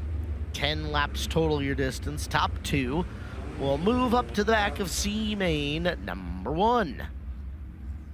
Just trying to get this one underway. Josh Hawkins had a pretty good start on the initial drop of the green, was able to kind of slide himself and ensure the position off of turn number 2. Let's see if Donovan Peterson can have a little bit better of a start as they circle through turns 3 and 4. And D feature number 1 is underway. Another good start for Josh. Easily going to have the whole shot to turn 1. Urbanowski now up to P3, getting around Jeff Schindler. But again, it's looking for 2. And these 10 laps will go by quick. Almost expected there to be a little more off the bottom for Schindler to stick coming off of 4, although he found some in 2. And that's Ronnie Gardner just saying, excuse me, coming through. He got 2 as Urbanowski got into the back end of Chris Roseland. Gardner needed that one there because he only has a few laps in which to track down and pass Donovan Peterson out in front of this. Peterson second, that's the white and red 11 car. Gardner in the 3rd spot, the blue, white, and black 17. Saws the steering wheel down to the low side. Little twitch from Peterson up high. That's all she wrote as Gardner drives around into the 2nd and final transfer spot. Yeah, it's just good for Rodney to get just some comfortability, get some confidence back. He's got a long way to go here on his night to salvage, but see what kind of car speed he has. Oh, look out. Mark Daly sent it in there, and Peace Urbanowski almost went for a ride, but caution flag waves. 20M of Melissa Perkins.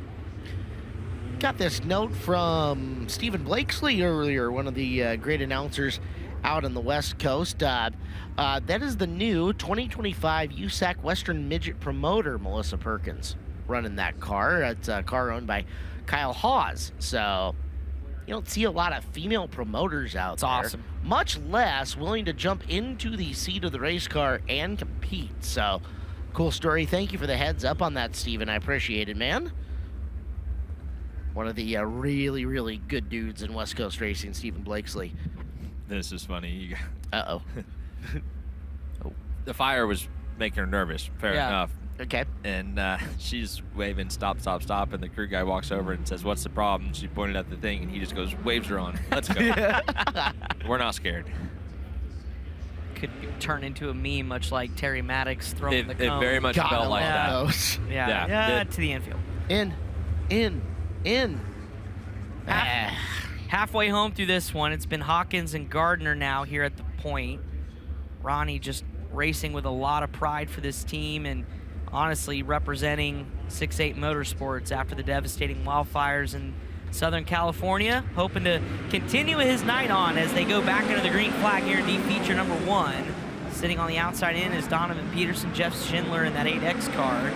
Here comes Ronnie. He's not settling for second. He's got the speed, just got to put the combination together here for a couple of laps. Hawkins has been good enough down low, but you can see Ronnie has extra miles per hour on him. Coming off the top of the 4th corner, noses ahead, pinches down, and has the lead, looking like for good coming off of turn number 2. Ronnie now can just kind of set sail and use his tools, start to diagnose the race car and what he's going to need. He's going to have to pass a lot of cars coming up in C feature number 1 in just a little bit, but it's already down to the white flag. As this time by, it'll be 1 lap to go.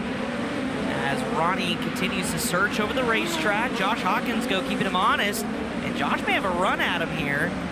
Lost a little bit of time in 1 and 2 through 3 and 4, and it's going to be Ronnie Gardner. And Josh Hawkins moving on to see feature number 1. Donovan Peterson, Chris Roseland. We will see you bright and early, as well as the rest of the finishing order on Saturday morning tomorrow.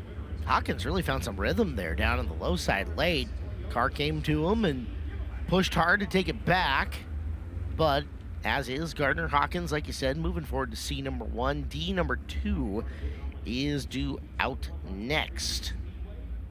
Glad to have you guys in with us here on FloRacing, wherever you are watching from. The top 10 best appearing have been determined. By the way, we'll find out who gets that win a little bit later on. Did we ever figure out who won Wednesday? I'm going to. Okay. All right, I'm on it.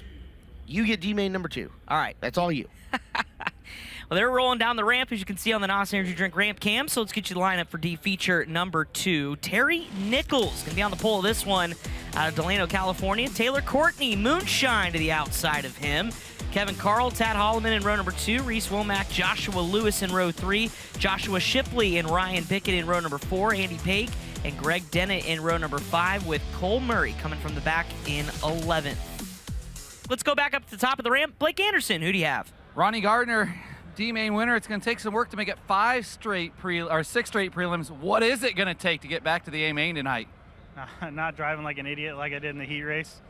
I probably didn't need to force the issue there on the start. There was kind of a hole there, and Ricky must have had to get checked up, and next thing I know I was on top of him and broke the flag off the axle. It's just a kind of a freak thing. I didn't think I really landed that hard, but put us in a hole, and I got to thank Dave Estep a bunch for just giving me an opportunity. It took me 16 years to drive a national caliber midget, and I screwed it up on the first lap. But we're going to keep going here in the C. The car's really good. I just need to drive a little better. And shout out to Mitch back at home. He had to turn around and go home. His girlfriend, her house burned down in the California fire, so we're thinking about them, and hopefully I can get us to a B-main tonight.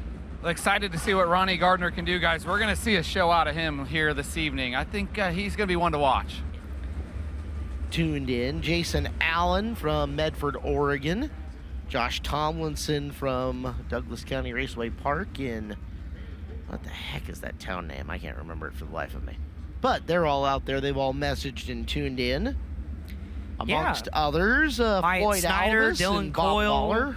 I know they're watching together. Kyle Ricky's out there. My parents, my wife, everybody's watching here on Friday night. As D feature number 2 is underway. Taylor Courtney, Moonshine on the outside, going to try to drag race in that Kevin Reed Dragonfly Aviation car. He does, but it's not going to last because the caution flag is out for the 19F of Joshua Shipley, the surprise Arizona driver. Spinning backwards on the back straightaway. Taylor desperately wants to come hang out with us in the booth again at some point. He is relentless. I think we need to put a condition on it of some kind, right? I think so. All right, let's... We'll work on it. Yeah. We'll take a look, see what happened to Shipley here as we think about the conditioning in which we want to do that. And Shipley got tagged in the left rear, but that was not the start of it, up and over the back of one of the guys in front of him. Yeah, I don't know if that was Kevin Carl or another car, but came down the hill and everybody checked up, and fortunately Joshua got the wrong end of it. But we'll line back up side by side. Joshua's just going to lose 3 spots. But again, looking for 2. But you're right, Taylor has been adamant about being, we've had him on the show before. We have. But I think he's just, Do we have him come in on a Saturday? Yes. Okay. Yes. He's interesting to talk to for sure. A lot different than his story. brother. Yes, it is kind of cool to see the different nuances between Sunshine and Moonshine. Well, as we learned at Shootout, Caleb can't tell the difference. You can't? Wait, what? These days, I feel like it's pretty easy. Yeah. Oh, yeah. Well, Yes. I don't remember the reference on that one, but whatever. Blake will remind us. Back under the green flag. Oh, we got one up and over a right rear and upside down, and that's Lewis. It was Joshua Shipley, the last yellow. Now Joshua Lewis upside down in turn number 2, and this has been a slow start to D feature number 2. These guys getting involved in the carnage right now are just causing an earlier morning for themselves on what would already have been an early morning if they hadn't transferred. Now they got to put the car back together and try to wake up. Yeah. If they choose to. That's a big hit. See them calling for the hook. Why don't we take a look at the IBOC replay and find out what exactly happened to Joshua. Oh, man, again.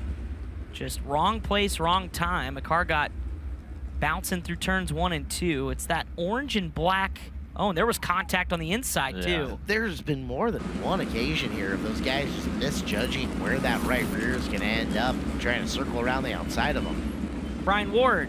Guys, one of the bigger issues here, a big hole was punctured in the bottom of the oil tank here, and there's just oil. A big puddle of it. You can see the officials tossing all kinds of dirt from up in the cushion, and there's going to be a trail of it following that car to the pit area. Can see that on the shot. Thank you, Brian. So they'll have to do a little racetrack maintenance to get something over the top of the fluid. Yeah. Still spewing out as he leaves the racetrack, so we're gonna have to get that rolled in.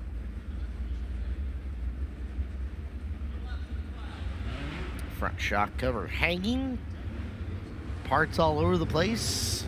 And Lewis has earned himself an early call tomorrow. By the way, I don't know if you guys reset the passing points for those in the qualifier, but the cutoff for the inversion was 94, a full 2 points just about over the average. So a little bit higher this year. We saw a lot of big movers in those heat races. Wesley Smith on the bubble on that one, got in. But we go back to D feature number 2, trying to get this one going, still 10 laps. Nichols and Courtney, and this time Taylor gets a good jump down into turns 1 and 2. Settle down. Yep, everybody just mind your P's and Q's. One real tight up on the top of the cushion. Brian Bickett's car back there in the 4th spot. Got 1 lap in, Holloman in 2nd. It's gonna be your 2nd and final transfer there, the white and red machine. See if everybody stays and settled down. That's the next question here. Courtney and Holloman just trying to escape from everybody else. Taylor Courtney and Tad Holloman 1-2. 3 laps in, 7 to go. Smooth laps here. The top 2 have been pulling away, but Terry Nichols has just been trying as might to make the top side work. He's now letting Andy Pake in.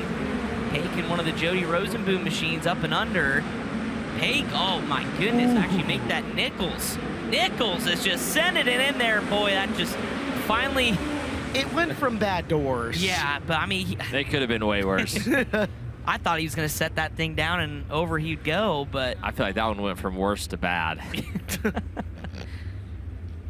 Nichols was, again, 1 spot out of the transfer spot, and we'll take a look at a couple different looks at this Eibach replay. Man, he was up on so one close. wheel.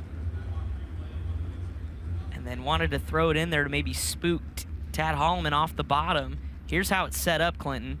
Yeah, right there. So close to just absolute disaster. And you end up spinning out, but you still got a race car. Is it easy to do that off of 2 if Oh you're my running the goodness. bottom and just that little Yeah. lip off the edge? That little tiny bit will get your front wheels in the air, and all of a sudden your right rear drives underneath the race car, and you corkscrew, and yeah, it all happens in a hurry. One of the, I think, biggest flips I've ever seen here was Zach Hampton doing that exact thing, and stayed at the throttle, corkscrewed, and I mean, pieces went everywhere. Well, we got 4 down, 6 to go. Taylor Courtney continues to lead. Holloman is 2nd. We are back to green. All right, if Taylor can run the soup tonight, I say we let him back in the booth. I mean, he's going to get on the broadcast if he can hang on for 6 more laps. He'll get some airtime. Yeah, but I'm saying, like, if he goes all the way to the A. All right. Well, whoever interviews Taylor, if he's able to win this one, tell him he's got to run the soup, and then he can join us in the booth. Yes. Hey, it's fair. Battle back a little bit farther deeper in the field. There's the 33 machine of Cole Murray. Ooh, beep, beep. Or Reese Womack, I should say. Reese Womack up to 4th. Passed for 4th just there. And Womack's going to lose it. Wow. Stalled it. How? Got in on the berm and grabbed a foot of brake and just locked it up. I right remember there. we talked a couple years ago, some of the different nuances, like the KKM cars, how easy it was to maybe lock the motor. How hard or easy is it to do what we just saw, to lock the motor up? It's pretty dang easy to do it. If you have, you know, a quality set of brakes, that it'll stop these engines in a hurry. And you want to be able to have that ability, but, you know, sometimes you just got to be cautious. Like, you get it on the front there, and as soon as it gets tight, instinct is to grab the brake pedal so your left front brake And is it engages just and the pulls force you of around. the brake? Like if Yep. you just hit it too hard, even if Yep. you tap it? The more pressure you put with your left foot, the more line pressure going onto your brake pads, into your rotor, and it'll just lock it all up. 4 laps to go in this battle of attrition in D feature number, both D features. Taylor Courtney trying to hang on. Tad Holloman there in second. But here comes Andy Pake. Pake up and over the berms, saw a little bit of daylight looking for that second and final transfer spot. And not too far out of the picture, here comes Ryan Bickett as well. So a 3-car battle with 2 laps to go for the second and final transfer spot. Bickett's pole, leave the left front at home, baby. Let's go. Getting a lot of drive off the rear tires to hike the left front that far around this racetrack. He's got 2 GoPros on. Oh, and he's hard in the wall and upside down. And, well, that's on us. That is on us. I think it's a sign that maybe I don't need to commentate anymore. This is just a disaster of a D-main. Yeah. I mean, this is going to happen. I mean, he was putting on a show for a minute. He was. Thankfully, I give him he's credit. moving around in the cockpit, so. Yeah. We got 3 different angles of this one. Take a look. Big thank you to Ibach for providing our replay. From up top, smack. That front stretch wall will jump out and get you. It's, the dirt's kind of built up right at the bottom of the K-rail where it has an angle, and, see right there, just ramps you up it. It's not quite as drastic as it was last night by the A main, but it's still there. The wall's not just a blunt edge right there. The bottom has a little angle to it, so you can kind of ride up it. And there's a super fine line because you can use that to get your right rear up it and then ramp down off of it into the corner and really create speed across 1 and 2 or 3 and 4. I see a lot of KKM cars over the years do that exact same thing to kind of just launch themselves into 1, right? They'll come off the bottom of 4, and it's super evident from our booth here. Yep, it's almost like kiss the wall that just shoots them down to the bottom of the first turn. Brian Ward is situated himself on the back of the side-by-side, trying to get a word with Ryan Bickett. Yeah, Ryan's going to unbuckle the helmet right here, and we'll see if we can get a word in as soon as he pops it off. Ryan kind of got sucked towards the wall there coming out of turn number 4. What did you feel in the cockpit? I just did what about everybody else has done all week. You would have swore I would have learned, Just trying to get up to that top 2 to get where I'm going to race, so hung her a little too hard. They were talking about how impressive you were looking leading up to that. So you at least made a show. You didn't not going to make the show, but you were a show tonight. Hey, we made the highlight reel somehow. There you go, Ryan Bickett. That's a glass half full approach. I love it. I'll go buy a Ryan Bickett t-shirt now. And that GoPro That's footage kinda is going to be kind of cool, too. Yeah. Both of them stayed on. All right, lights are out. Are we done yet? No, 2 laps to go, Caleb. We're getting close. What else? Taylor Courtney and Tad Holloman are just trying to hang on, but here comes Andy Pake. Green flag back in the air. Pake's going to try to go the Bickett way around. Do it. Hang her out there. Come on, Pake. Give us a show on this last lap. Don't try. White flag this time around. Moonshine's starting to pull away, but here comes Andy Pake. Can he get the drive off at turn 2 and set something up? Into 3 and 4. Battle for the final transfer spot in D feature number 2. Tad Holloman hangs on. Good for Tad. Taylor Courtney, Tad Holloman moving on to the back of C feature number 2. Here on Friday night at the Chili Bowl, and Taylor Courtney gonna start maybe a soup run. For his sake, it'll be to, if you could do it, come join us in the booth. That's right. Back up at the top of the ramp, K1 Race Gear interview with Chris Moore. Yeah, thank you, Chris Wilner. Have Taylor Courtney here. Moonshine, what do we got to do to make this thing a little bit better? Looked like you could roll the bottom okay, but I'd imagine you want a little bit more drive off. Yeah, I just wish the driver didn't mess up in the heat race there, but it is what it is. That's been close to almost 10 years since I've really done this deal. And I'm out here having fun, I'm very thankful for the opportunity from Kevin and Kathy Reed and all the supporters that jumped on board with me just to come help do this deal. But I really want to send some big thoughts and prayers to my buddy Tyler and his family back at home. He lost his mother yesterday, so thoughts and prayers with you guys, and love y'all. Here we go. We'll be thinking of them. I wanted to tell you, though, Caleb Hart and Chris Wilner agreed if you run the soup, get to the A tonight, you can come join them in the booth. Well, sounds like we're going to have to make something happen. If not, I guess we'll have to do some karaoke again and find Earl wherever he's at, because he was a little hurt this morning, I think. Yeah. We got rid of Earl. That's probably a good thing, because I don't think he can hang 2 nights in a row. A much-needed... Wow. All right, there Shots you go, fired. guys. The gauntlet has been thrown. It's all good. Chris Moore can't hang for a single night. He went Moore hasn't even ran a lap yet. Moore went to bed last night with the sleepy time tea and the cocoa, snuggled up in his jammies, and didn't even make an appearance. There he is. Earl's hanging. He's hanging with, there's Zach Rowell, Hasty Bay, Alan Hancock, Preston Latimus. Oh, he's got all of his buddies up there.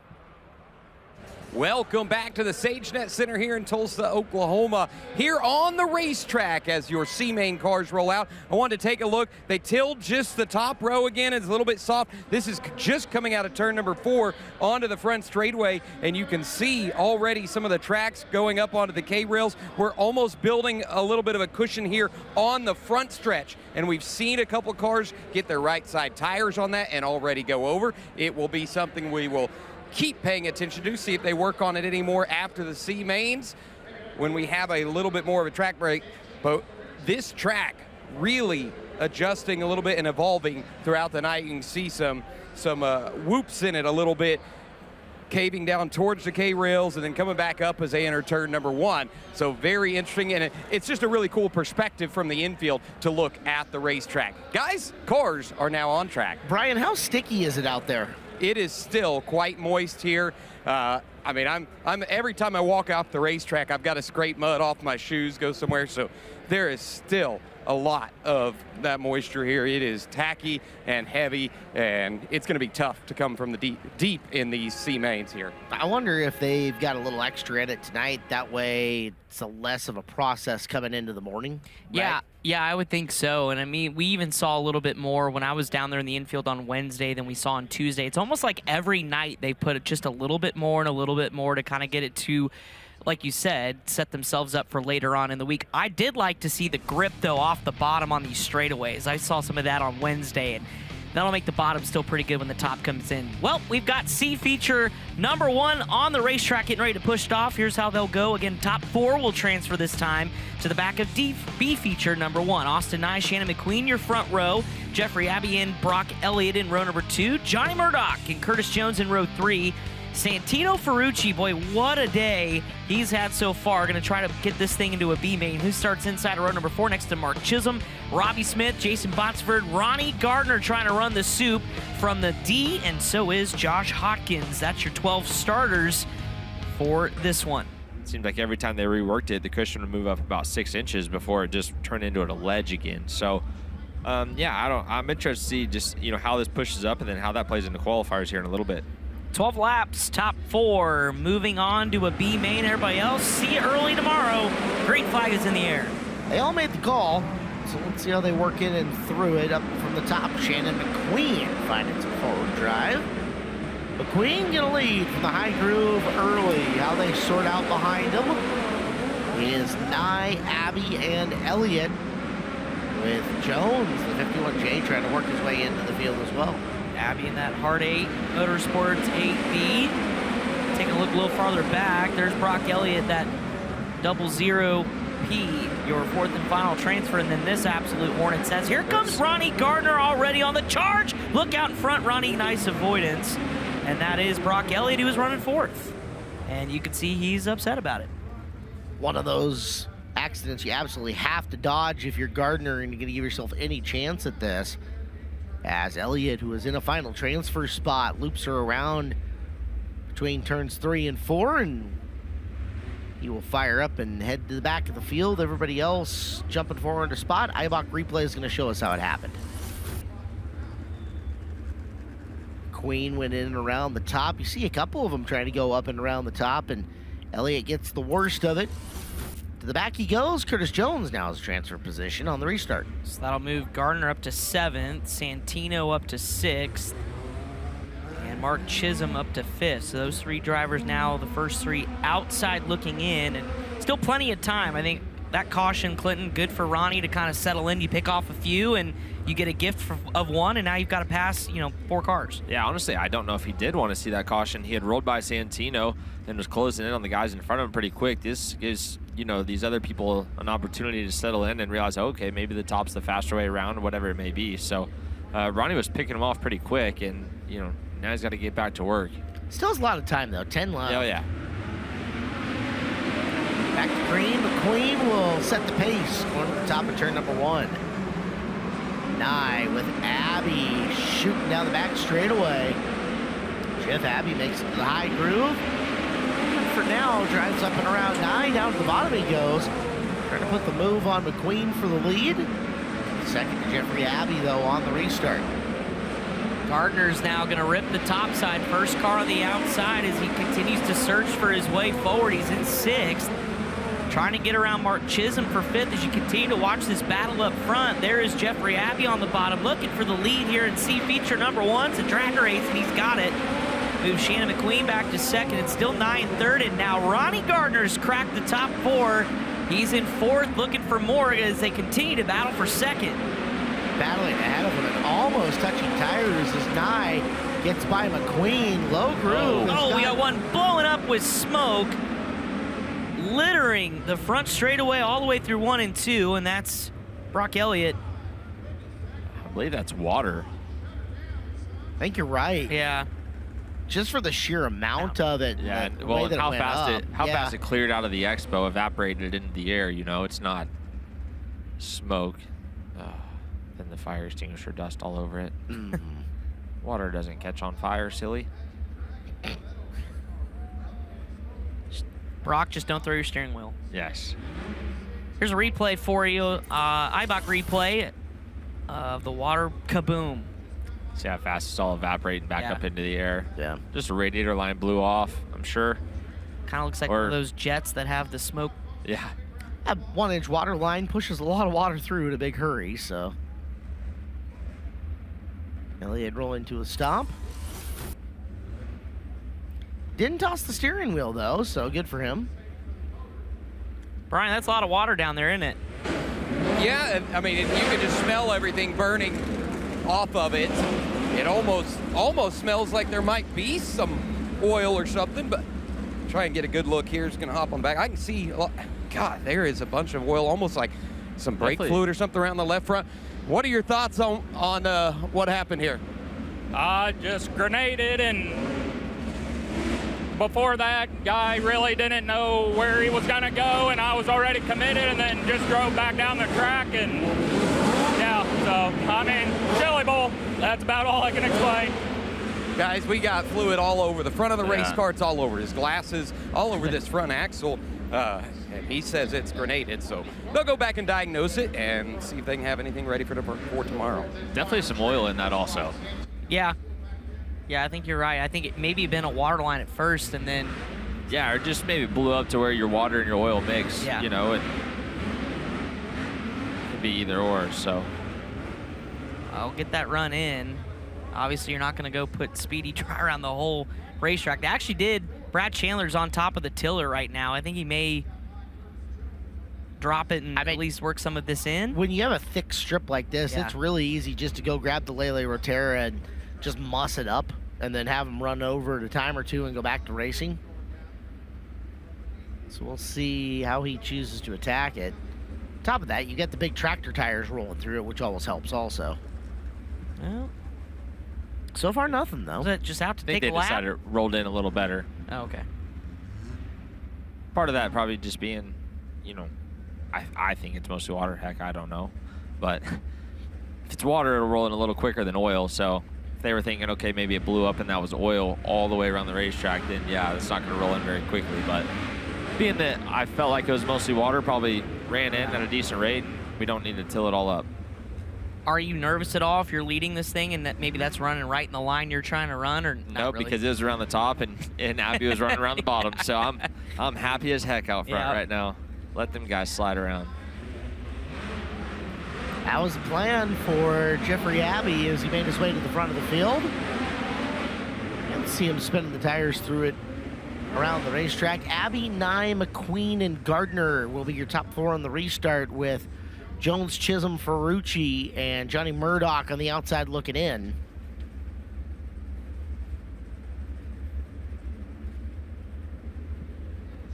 Let's see if the yellow lights stay on or if we're ready to go green. We're ready to go green again.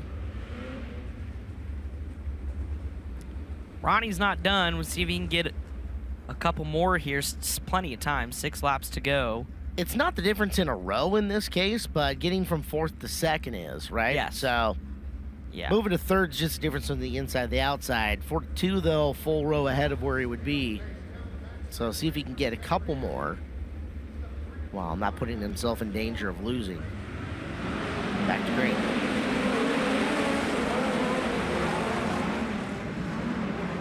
Up around the top. Abby holds the spot on the restart. Nice second. Gardner used the bottom on McQueen, who's looking to make the adjustment. She had been up top and hauling. Now Gardner, after McQueen out of turn 2.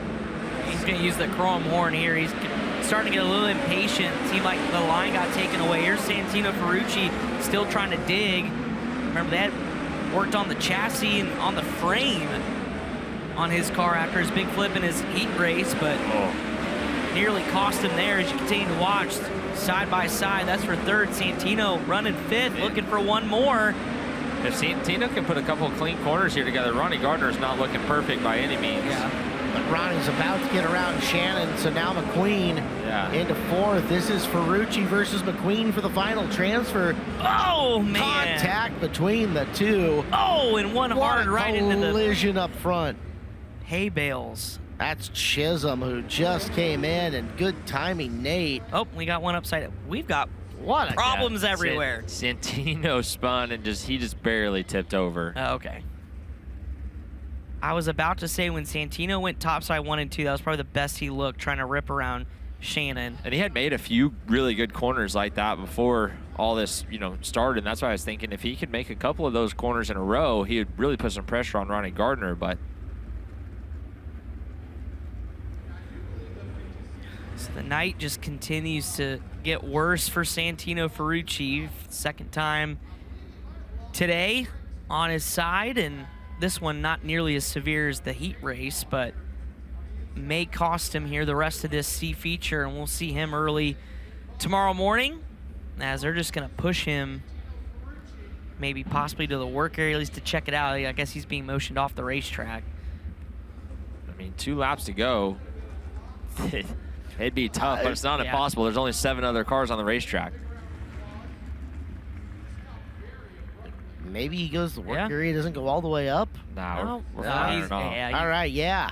Get him. Run it. Send it, Santino. Put that on a t-shirt. So Abby, Nye, Gardner, and then McQueen was involved in that.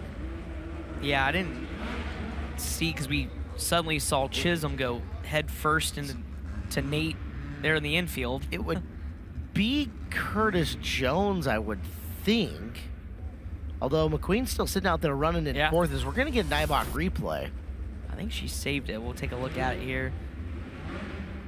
Oh, this is just the flip, so yeah, I think she keeps going. Oh, Chisholm, really good to avoid Santino and duck to the bottom, and they're nowhere to go other than into the barriers down there. Yeah, it could have been bad. Paid the price for it. All right, so McQueen is still 4th. That's going to put Jones in 5th. Talk about a couple of cats that have got a lot of laps around this place. McQueen's been here forever, and Curtis Jones, he is a staple of the Expo at the shootout, and we have seen him at more than a few Chili Bowls as well. So this could be an interesting battle for 4th coming to the very end. It'll be green-white checkered style on the restart. Guys came across over to the work areas. They're finally getting the 56 car. Hard impact against those K-rails after kind of some chaos coming down the back straightaway. How are you feeling? Broke my collarbones before, so they're both a little sore. We'll be all right. We're worried about the car. What did you see that led up to that? There's a car was just stopped right there on the back stretch. And I moved to miss it and then couldn't turn back right to get out of the way of it. K-rail got me. All right, we're going to let you get in and get a ride back up to the pit area. Thank you, Brian, for tracking down Mr. Chisholm, an unfortunate ending to his day, but like you said, avoiding Santino upside down, but paid the piper on the back end. Glad to see he's okay. 2 to go now for Abby, Nye, Gardner, McQueen, trying to polish off this C-main event, and back to action we go. Gardner looking to go up top. He wants that row if he can get it. Nye fighting down low. Gardner circling the wagon to the high side. 1 to go. I think we'll have a good run here because I think Abby's going to pull back down in front of Austin Nye. And how about this? Forget getting second. Ronnie Gardner come to the checkered flag from the trunk. His shootout, or his chili bowl continues. I'm so used to this in the shootout, but man, what a run for Ronnie.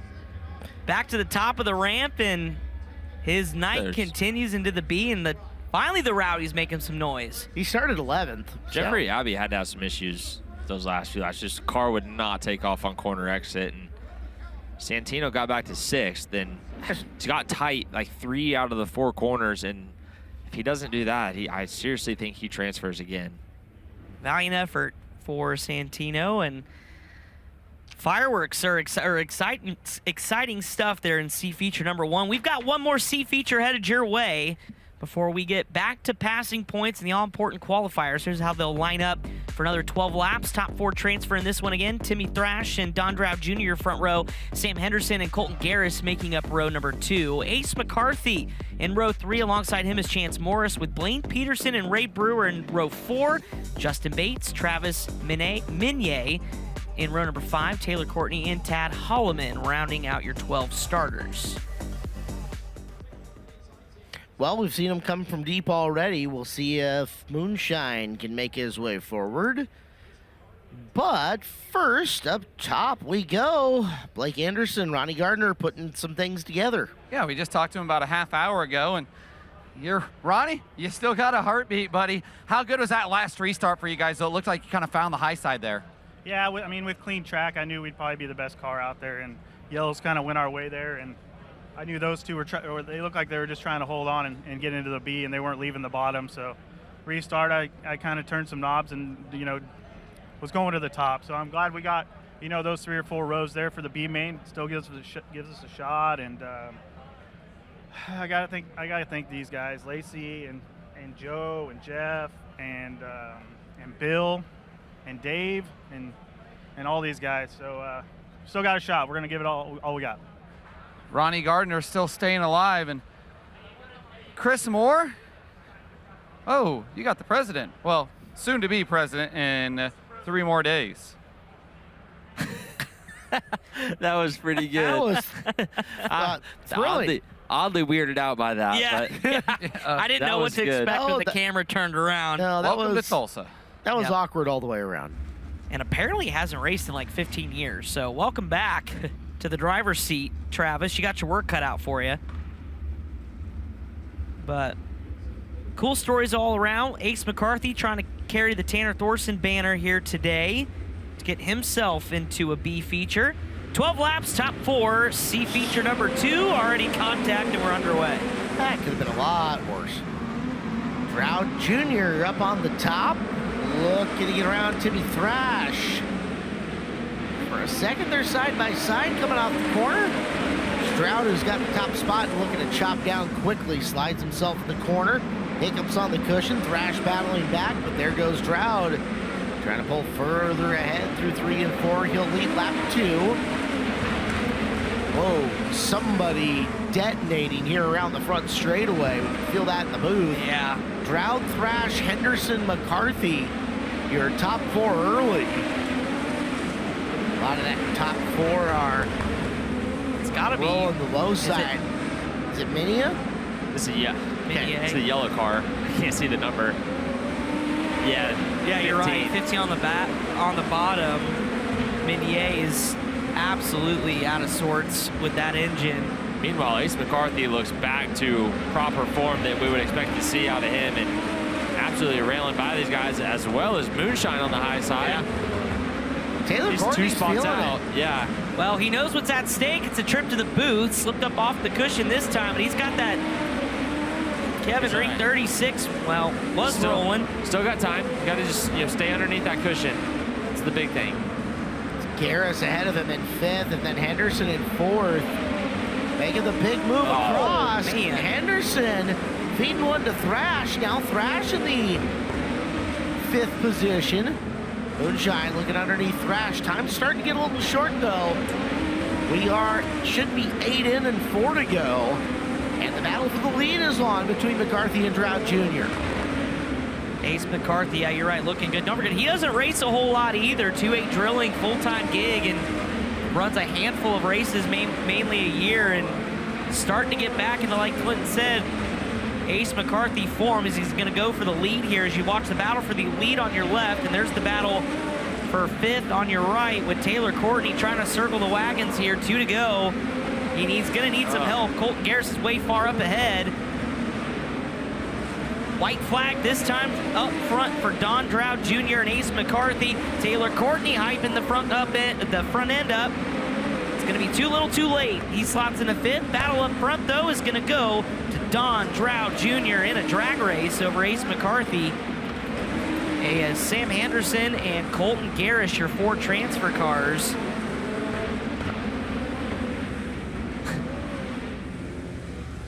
As that'll look at your unofficial finishing order.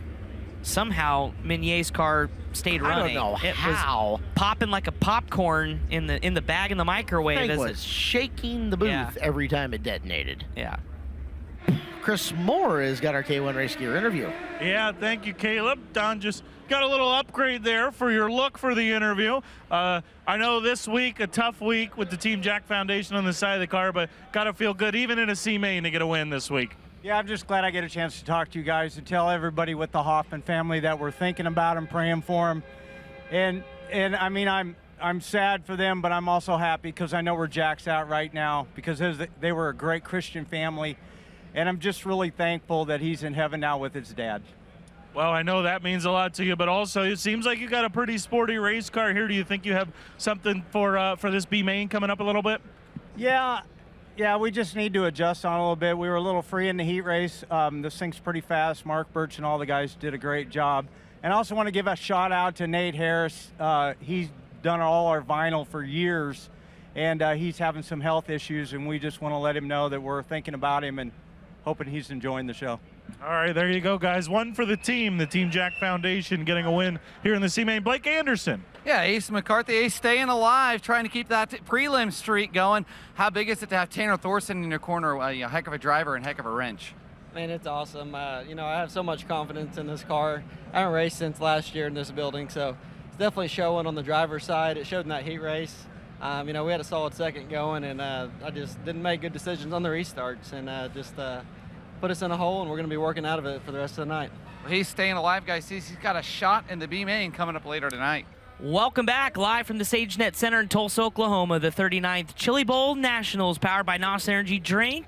Caleb Hart, my name is Chris Wilner. Clinton Boyles are here, and we're ready to go. Qualifiers for the final time here in 2025's edition. Qualifier number 1 out on the racetrack. Kenny Johnson's going to lead the field to green to his outside. Michael Facinto in the Trifecta Motorsports 5U. JG, Justin Grant's going to line up in row number 2 outside of him. Ricky Stenhouse Jr., the Olive Branch, Missouri driver in car number 86X. Jason McDougall, Logan Seavey, defending Chili Bowl champ in row number 3. Landon Simon, Glenn Stiers in row 4. Devin Canfield and Cole Tinsley round out your 10-car field. Oh boy. Considering what's at stake, last chance for these drivers to collect points to lock them into an A-Main tonight, you are exactly right. Top 16 out of qualifiers here will lock into the A. If you're 17 through 40, you're going into the B, and your work gets a lot harder as the lights turn out. We are ready to go. Yeah, if you're Logan Seavey going to start in 6, if you can just go 6 to 3, that should be more than enough to get yourself well inside the front 2 rows. Lights are out. Qualifier number 1 is underway. 3 grooves wide in the middle of turn number 2. Everybody looking for a gap to shoot or some way to go around. Right now, early leader is going to be Michael Facinto, almost just like he drew it up. Justin Grant quickly into second, though, guys. Absolutely on a mission in this qualifier. He watched what Tanner Thorson did last night in his qualifying night and trying to replicate that, get him a front row starting spot as Justin Grant trying to run away from Michael Facento, who's got company with Boogie. Jason McDougal right behind him in the 7P. Then it's Ricky Stenhouse Jr.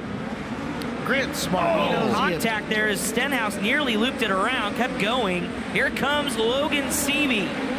Seavey trying to Oh, we have one upside down in the back row. Canfield 17. I was also told I had to watch how many times I talked about Ricky because Mike Kelly's Cup Series crew chief messaged me and said, please don't talk about him. This commentator curse is real, so I'm going to stop. Okay. I promise. All right. Too bad. You already did. It's on. Nope. Nope, we're under yellow. It resets. It resets. It resets. All right, so we'll look at the IBOC replay here of Camfield happening right in behind the battle we were watching. Upside down and over. Top 5 right now, Grant, Facento, McDougal, Stenhouse, Seavey. Here's our second angle at that. And I was starting to say, Grant's smart. He knows starting third, you have to win this to give yourself an upfront starting spot. Yeah. You absolutely cannot back up. But I talked to Justin earlier today, and he said, I'm in a perfect position. 2-1, 3-1, 4-1, whatever it is in the qualifier. That's enough to get you the front 2-ish rows, usually. So, yeah, he loves what he's doing right here. This is exactly how he wants it to play out. He feels as good as ever. Brian Ward, what can you tell us?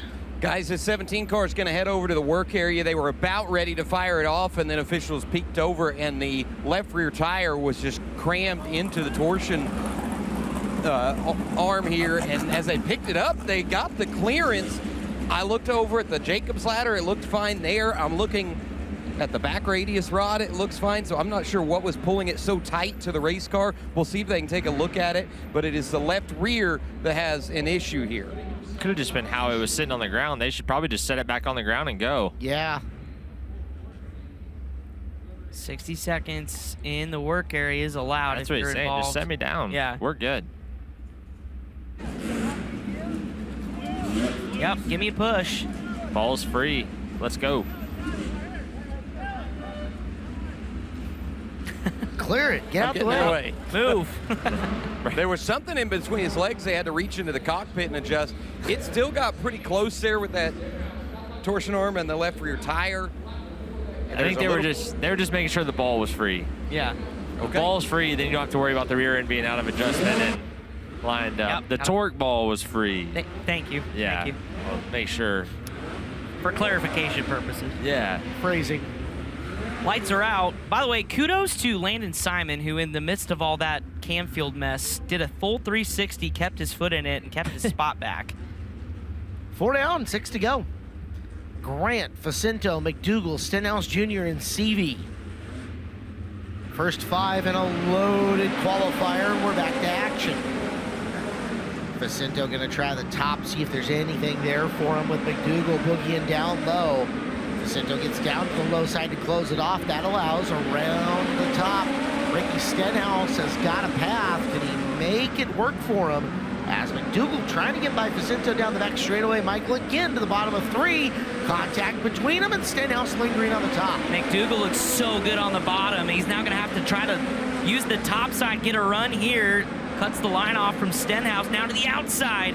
Jason McDougal, the Rowdies were loving it earlier. Here he goes around the outside of Michael Facento.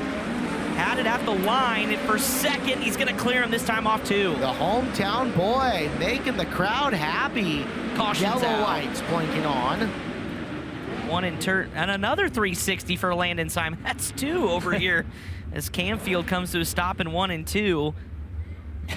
Concurrent to a Camfield. I don't know, Practicing man. his donuts. I don't know. Yeah. Seavey did not want to see that. He just got No. Stenhouse in 3 and 4. And Seavey still needs another spot on top of that if he can get it. Yeah. Got Logan back in 5th. Stenhouse, Facento, McDougal, and Grant in front. He built himself a little pad. 8-point pad coming into this? Yes. 128. 128 to 120. But you build the pad so in case something happens, you can lose it. But Knowing that Justin Grant's going to have, he's going to land on 230-ish points here pretty easily. That's you still need to get to the 100 range, and that's up in the 3rd position. 2-1 got him 105. 3-1's going to get him 110. So they'll be 215. Okay, It'll be 215, yeah. but that's still I mean, that's easily second row in most case scenarios, right? Right now, he looks like the guy that you need to pace points-wise to try to keep behind you. McDougal now was second, Facinto third, Stenhouse fourth, Seavey 5, 3 to go. Let's see what JG and McDougal can do here. Long-time buddies. 3 laps to go, and the outside goes Jason McDougal. Grant chose the bottom in 1 and 2, and here comes Jason McDougal, letting it hang out. Justin Grant, you got company here with 2 laps to go. Vintage boogie right here. Yeah, Grant's not going to let that go without doing something. That's the key. He slides himself in 1 and 2 and gets to the top where McDougal was making all that hay on him. 1 to go. In behind him, Facinto's got company for third. We got one rounded. Yeah, 3 and 4. It's going to be Camfield again, I believe. Knows how Justin down there in 1 and 2 didn't enter up on the cushion, but didn't also back into it either. Was just able to keep it wound up enough. But Camfield now for the, I believe, 3rd time come to a stop. So as they sit right now, Grant, who came in with 105, looking to go 3 to 1, which will make it 110. It's 120 or 225. I believe that was a front row start last night. Back under the green flag. There's McDougal up top for another run. Grant down low in 1 and 2. McDougal, huge charge going into the corner. Grant slides himself, contact, as we'll see the white one more time around. Jason's not going to stop with that. He's going to give it one more effort here. Off of turn number 2, Grant's going to roll the bottom this time in 3 and 4 and slide himself, cuts the line away. Contact with McDougal, but Grant holds on. Her qualifier number 1. That was intense. Huge at the end, guys. CV got 4th. Look at the rowdies. Yeah. They appreciate. Oh, we got one upside down post checker. That's Stenhouse and CV. The two of them stuffed up there. Wow, all of our eyes were on McDougal and Grant. I think we missed something, guys. We need to go back and watch that because CV and Stenhouse were absolutely going at it on the restart, but I quit watching to watch what Justin and Jason were doing. Replay is going to work on it. We may get a couple looks at it here as both drivers collected here. Looks like able to at least get pushed off the racetrack. But so while we had that on the screen, I glanced up at the racetrack and I saw CV entering in the bottom of the 1, about even with Stenhouse coming in the corner. Okay, so we're going to get a full-scale look at kind of what happened here. Rowdies are in favor of CV right here. All right. This is the incident that brought out or ended up with both of them upside down, I believe, or at least the first contact. CV's the finish. Digging. And here at the end, Logan drives through and gets it. Okay. Oh. And now back into turn 1. Yeah, we see what's going to happen there. Oh! Whoa! I mean. Okay. I'll keep my mouth shut on this one. We'll let the folks yeah. That was just interesting. Well, we've got a special guest up at the top of the ramp. One of the best mustaches in all of the expo, Gordy Gundaker. Take it away. All right, guys, I got Justin Grant here. Justin, while we were just talking about it, those restarts were a little hairy with J-Mac behind you. So just kind of walk us through what your thought process was there. Yeah, you guys missed a great interview. We just did it. Felt like I had a really good NOS Energy drink, CBI number 87 there. Felt like I could really make good speed on the top, but those short run restarts at the end, I feel like, you're better off just slide yourself and guys can't really do much and nothing. Then, you're slower, right? But you can't get pocketed on an entry, or you run down in there and get tight on the curb the first lap, and green, white, checkered, stuff like that. I feel like you just got to get to sliding yourself, and then takes a couple laps to have enough momentum to get up top and not leave yourself vulnerable. So I felt like I had more speed than we showed there at the end, but just working to not leave ourselves vulnerable. Yeah, one more question here. So obviously Friday nights have always been good for you. What do you expect the racetrack to be like here for the feature? The racetrack's actually been really good this week. It'll be, I think it's going to be a lot of what we've seen all week: slick, big curb. The only, difference tonight, I feel like, is there's more moisture like on the bottom of the straightaways, and it's out a lot further. So I hung the bottom there some longer than I normally would, just because there was so much to get in down the straightaways. You could really run back to the top at the other end without hazing the tires off super bad. So I think it'll be much the same as we've seen all week. Go beat the curb down and just get to bashing. I hope so, anyways. All right, put a show on us for us. So, all right, back to you boys in the booth. All right, Gordy, thank you. Nice two-stepping last night. Yeah. He's putting on a show back there in the pit area. That was fun. So BR Motorsports ignitioneering shot from the corner. Fireworks in qualifier 1. We expected it, just didn't expect it after the bell. Yeah, I was going to say, maybe, Gordy, if you're up there, keep an eye on top of the ramp if those two exchange words. But let's give you the lineup. Caleb, qualifier number 2. Hayden Reinbold and Tyler Courtney make up the front row, with TJ Smith and Gavin Miller coming from row number 2. See ya, Sam Johnson and Ryan Timms. The third row with Wout Hoffmans and Alex Midkiff in row number 4. Cameron LaRose and Kyle Jones making up row number 5. This will be a fascinating qualifier once again, as we will watch and see Ryan Timms, second highest in points, coming in with, it looks like, opportunity for a front row starting spot. Still there with CD only going 6-4. Yeah, I was going to say, if you're Tim sitting up there on the ramp watching that and trying to do the math in your head, you know, I mean, now's the chance to take it if you can, right, Clinton? I mean, yeah, not given a gift, but also given an opportunity. No, and, you know, one thing else here is we just ramped the energy level up times 10 inside this building. Oh, yeah. I mean, we all just saw what happened, right? And the Rowdies got the first look at it, and you can tell everyone is also just, you know, that brought everyone on the edge of their seat. They were already wound up a little bit with McDougal putting on the run that he did there. And Stevie's one of their boys, too. It's not a guy you want to mess with. And I wish we had more time to diagnose what we just saw, because there's a lot that happened there, but we got another qualifier ready to go. Hoo-ah! More points on the line as it's Reinbold and Sunshine. Tyler Courtney, your front row. Qualifier 2 is underway. It's going to be huge for Tyler Courtney just in terms of momentum, but it's Gavin Miller down on the bottom who got the good run.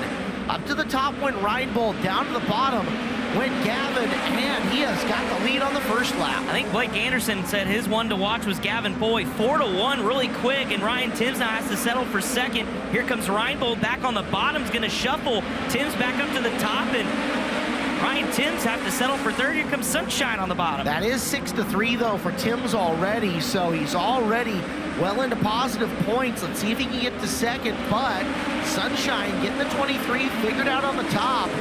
Threatens him on the bottom in 1 and 2. They're both chasing Reinbold for position 2, 3 laps into this qualifier. Tyler looking a little bit better on the bottom this time than we saw in his heat race, keeping tabs here with Ryan Timms. Hayden Reinbold starting to back up into this battle as well, so 3 cars here are going to battle for the second spot. Timms going to try it first here on the outside, trying to go 6-2. May have a run off at turn number 2 as he continues to run the top side of 1 and 2. That car makes a lot of speed on corner exit, especially around the top. He gets down to the bottom, closes the door, and now Tyler Courtney going to try to follow the same game plan. Tyler goes up top, crisscross into 1. Tyler holds the bottom all the way to the exit at 2. Here comes Reinbold shooting back forward into 3. Yeah, kudos to Hayden, just kind of keeping himself back in it, keeping his head down. But Sunshine's going to have the advantage now and set his sights on Ryan Timms.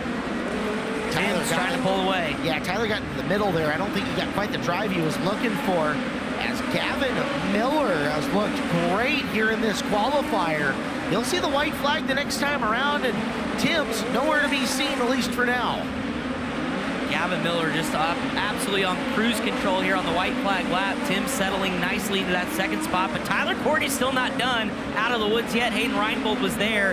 He may have the advantage, though, enough on this time. But off of 4, Gavin Miller, 4-1 run for KKM. It's a KKM 1-2 with Ryan Timms, a 6-2 run. Sunshine, Tyler Courtney finishing 3rd, 4th, Hayden Reinbold, St. Johnson, your top 5. Jones, Smith, Rose, Hoffmans, and Midkiff. Okay. 6-2 worth 113, if I remember right. Yes. 4-2-1 worth 115 for Gavin Miller. I think that cements Timms on the front row of this. Yes, 233, well in front. Gordy Gundaker's got Gavin Miller up top for a K1 race gear interview. Yeah, guys, got Gavin Miller here. Gavin, man, you made that one look pretty easy. The car looked pretty easy to drive, and you know, you put a show on there and had a big gap at the end of that. What were you feeling out there? I felt great with that one. You know, I can't thank Bo enough for giving me this race car, setting up this race car. Yeah, I felt great. I never really got too brought up on the too stuck on the curb, or kind of ran it smoothly. Luckily, it kind of played out for me in the beginning there, and I went to the bottom and slid Ryan Bolt, and yeah, I'm excited for the feature. Yeah, speaking about the feature, you know, I asked Justin just about this, about the racetrack. You know, we've seen all week. What are you expecting out of the racetrack here? Kind of expecting, kind of like last night, a curb, maybe a little bit bigger. I don't know. It's probably be a little bit more technical tonight. You gonna put a show on for the Rowdies? That's the plan. All right, here we go, boys. We're back to you in the booth. That was Gavin Miller. All right, Gordy, thank you. Unofficially right now, it is an all KKM front row of this. Yeah. Ryan Timms and Gavin Miller, followed by, it should be Jason McDougal and Logan Seavey, and then Grant starting 5th. But Qualifier 3 is going to have something to say about that. Frankie Guarini on the pole this one, Cole Vanderheiden in the outside of the front row. Daniel Robinson, he's been fired up earlier today. He starts inside of row number 2 with Darren Pittman to the outside of him. Chase McDermott and Kyle Busch. Kyle came in out of the heat races 4th in passing points. Unbelievable for his Chili Bowl debut. Inside of row number 4 is going to be Kyle Steffens with Ryan Padgett to his outside, and Cale Coons and Brody Wake rounding out the 10-car field. Actually, 3rd in passing points. 3rd, yeah. And I saw an interview with Kyle, and it's like you got to temper expectations, but definitely I think has a little pep in his step after a 7-2 run. When I did my interview with him, talking Tulsa at the shootout, he's like, man, I'd like to maybe make it, you know, into the B main on Friday. I said, Kyle, stop. Come on. You're not fooling anybody. So, working towards his advantage here, Darren Pittman starting in the row ahead of him. We know Darren's consistent, right? Like, that's not a guy who suffers from self-inflicted wounds a lot. The real wild card here is the front row. Frankie Guarini's a really solid racer on the inside to row number 1, but we don't know much about Cole Vanderheiden. Outside row number 1, he's got a chance to be a massive hero or hurt some other guys' race nights here, depending on how this start goes. I'm pretty sure Cole Vanderheiden spent a season with Justin Grant being a crew guy, and I'm sure learned a lot, you know, throughout that year, and had a heck of a heat race. There was, you know, really unchallenged from the front row, so see what he can do here. And we've seen Daniel Robinson love to be the spoiler of big name guys, so he kind of turns out the wick when he gets some superstars around him. Vanderheiden's a rookie running for CJ Johnson. It's a spike with an Eslinger in it, so we'll see what he can do.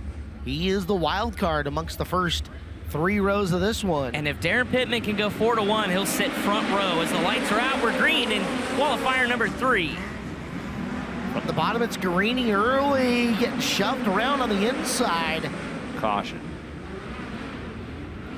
As the 44 coming to a stop. 44K Brody Wake. Caleb Hart. Yes, Blake. Vanderheiden, a sprint car guy, was 8th in Malvern Bank 360 points, which is the 360 sprint car series in Nebraska. He was actually 13th in Race Saver national points this year. Picked up a handful of Race Saver wins. Okay, one of the guys coming out of the Midwest there. See what he can do. Yeah, so a lot on the line. So Pittman could get front row if he can win this thing. There is still, the door's wide open for a top 2 row starting spot halfway through qualifiers. Frankie Guarini got a good start, but probably hated to see that one back. I know Kyle Busch probably wanted that one back as well. You know how I know everyone's having fun here, guys? Yeah. Because about every 10 seconds, our box is getting hit with a beer can from the stands. So Shelly Courtney, Taylor and Tyler's mom, actually texted me and said, you wouldn't believe the amount of folks trying to flip their beer cans on top of this booth. And that's what the constant rattle and hum has been. Oh, yeah. That's fun. I like it. Hey, get into it. Sure, yeah. You're not hitting us. We don't have to move the booth. As long as we don't start leaking through the top of this thing. Please, no. Complete restart here in qualifier number 3. Guarini, Vanderheiden, Robinson, Pittman, your first 2 rows. And it's McDermott and Busch. 10-lap qualifier 3 underway. 3 wide and a 1 and 2. Vanderheiden going all the way up to where the expensive liquor lives to try to hang on to the 2nd spot. Pittman in behind him in 3rd. Guys, Kyle Busch, 64 opening lap. Right up the playbook, right how you're trying to do it. Down the back straightaway. It is Pittman, seek and destroy mode, coming after Frankie Guarini. Guarini down on the low side. Pittman riding the rim, shows him a nose for a second. Into 3, almost even off of 4. Guarini on the bottom, but here it comes, the former Outlaw champion. What a run for Darren Pittman, maximizing his opportunity for points. Going to grab the lead off at turn 2 this time. Ride the top side in 3 and 4. He got a new leader. That's Darren Pittman. Here comes Kyle Busch, though, trying to hang on. He's got Daniel Robinson to the inside. Battle for 4th. Busch had it that time. Now Robinson grabs it back. Robinson started 3rd on this one. He is scrambling to try to get back forward. Busch wants to keep every spot he possibly can. Gets to the low side, chops off McDermott from getting by him. There's Brody Wake trying to wage a comeback of his own. Is Guarini under fire now?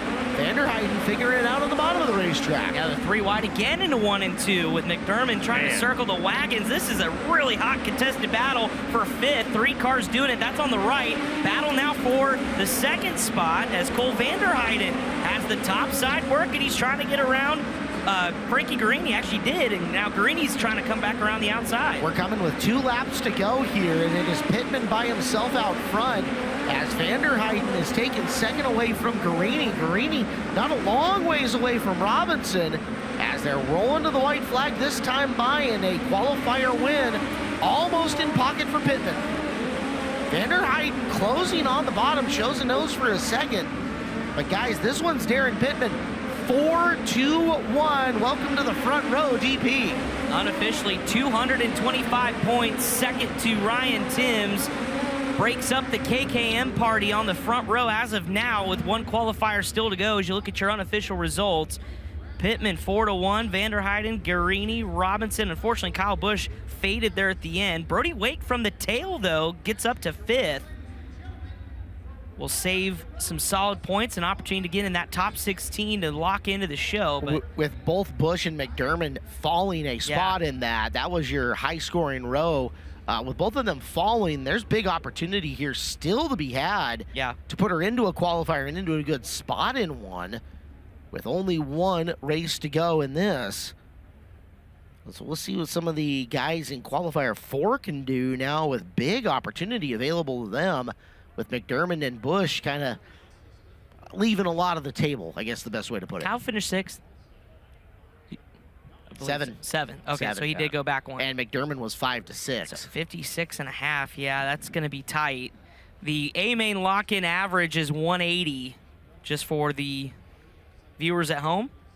Right. Gordy Gundaker up top with the K1 Race Gear interview. Yeah, boys, I got Darren Pittman here. Darren, so one thing, you don't race a ton anymore, but you hop in here and right now you're sitting on the front row, depending on where the points end up. But what do you got to say about that? Yeah, it's kind of news to me. I figured Timms and a couple of those guys I feel like had pretty good points, but man, the Matt Wood car is really good. They've been solid all week long, obviously with 3 of them locked in. So honestly, just glad to put ourselves in a position where we can go out and compete and at least, be up front and try to get locked in. I haven't made the show racing for Matt, so obviously it's a big goal of ours. It is every year, but, I feel like if we can get in the AMA on Saturday, then we've got as good a shot as anybody to win. But I want to say hi to my wife and my kids, Katie, Taylor at home.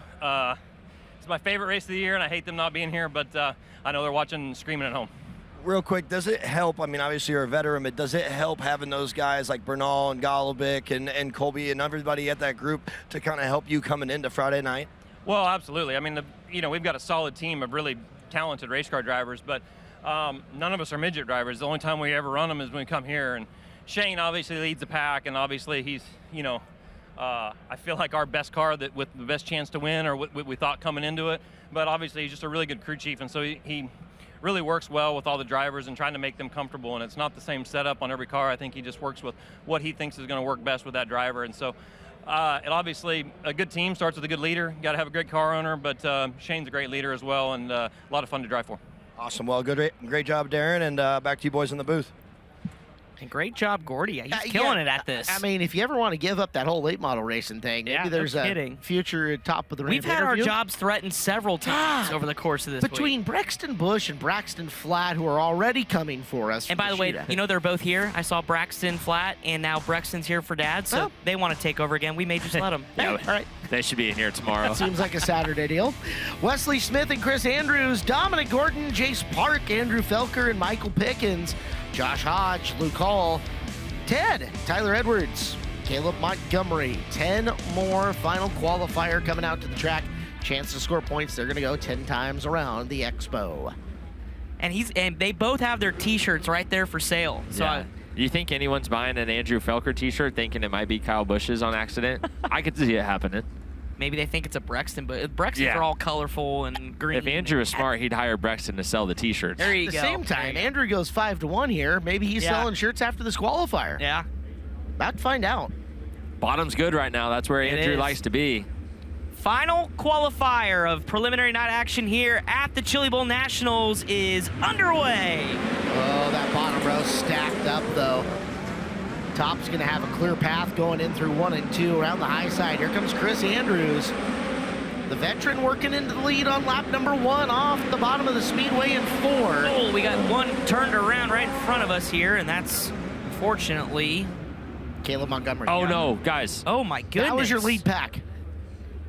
Michael Pickens, Chris Andrews wedged upside down, and I believe that's Ted. Chase Park, yeah. Chase Park, yeah. And Park was ahead of these guys. Holy moly. Park was on the top side of the racetrack, and Andrews was your leader. Yeah. Like, he led that lap coming through. Transponder didn't pick up. Okay. Park was 2nd, and Pickens was 5th. Let's get a look. We'll see what happened. Oh my man. goodness. Wow. Pickens had nowhere to go, but contact between those two. Jace Park on the inside. Andrews went for a wild ride. Brian Ward, you're on the scene. Park's trying to tell him to push him over to the work area, but they're going to call for a hook because he's got the left rear flat, the tires off the bead, the Nerf bar's pushed back a little bit. It does look like the header's all good. Taking a peek at the front end, everything looks decent on the front end, so it could just be a left rear tire change for Jace Park. Chris Andrews out of the car. I don't even know where he ran off to. He's already hustling Brian back to the pit area. He is wasting zero time. Yeah, he, shout out to Daryl not Camfield, our camera op, following him. Appears to be walking with purpose. Yes. Yeah, that's not a leisurely Friday night stroll in the expo. Michael Pickett skipped the work area. Johnny Herrera already on the left rear. Chase Park, who Chase made his rookie year full-time in 410 sprint cars this year, driving for Johnny Herrera. Yeah, they're hard at work, and see him trying to work on the left rear. A promising talent for sure. You heard Blake mention it, full 410 year this year, getting his feet wet in wing sprint car racing. And now, unfortunately, trying to get the left rear off and back on the bead, but Chris Andrews down here sharing his thoughts. Just a leisurely conversation, fellas. And now he's having an animated conversation with Keith Coons for a minute, and Keith kind of just turned away, didn't have much time for him. Huh, why are you going after Keith? Sometimes you just want to be mad. I don't think he really went after Keith. I think he was just kind of there, and Keith happened to be standing there. But well, Chris is back. He's still standing right here. I think he's waiting to see if they don't get Jace back out, that he'll may have a conversation. Blake, keep on it for us. Absolutely. We've got a great viewpoint of it from where we are right now. In fact, they're waiting on another left rear tire to show up. Yeah. Well, they're gonna run out of time. Chris and Caleb, I'm in the infield here looking at Andrew's car. They just came and dropped it here. I'm not sure if it's because there was too clogged there in the work area or it's because Chris was already gone, but his car's been dropped here, and there's some pretty good damage on the left side. It is dripping oil all from the oil tank here. We've got, okay, yep, they're trying to get, I saw some, there's a lot going on. If I had to guess, guys, right here, that crew guy running around was trying to get a tire for Jace Parks. car, and those guys were kind of pushing him around, keeping him from doing it. That's exactly what happened, Clint. Green's out. Wesley Smith's got the lead now. And Dominic Gordon's trying to follow him through. Dominic to the inside of the Beelman Motorsports 31. And there comes Ted from the back. So benefiting all this, Tyler Edwards looking for a big point run. Yeah, there's Andrew Felker. Gigantic opportunity for guys outside that top 6 to make some scores here as following him around. Smith won. Oh, look out backwards. Luke Hall has had a night in which he ended up in a qualifier, and yet that car has been a problem child for him. Tyler Edwards came into this one barely in the top 40, came in 36th at 84.5. If he can go 9 to 3 or even 9 to 2, I mean, you're looking at 116, 128 points. That salvages your night and puts you in the show. Looking at where the floor was on the qualifier after the first 3, puts him in. Yeah. Maybe not way high up, but hey, compared to a 9th place starting spot where you were in this qualifier, that's a big ascension. Yeah, because if you only went 9 to 2, 9 to 3, or 9 to 8, I'm sorry, or 9 to 7, well, you're not in the show. And let's be fair to what we're seeing. It's not like Smith and Gordon are looking like world beaters around the bottom here at the early portion of this race. Question is, can anybody get up and do anything about it? Felker's 4, Pickens is 5. Those are the guys who were starting 5 and 6.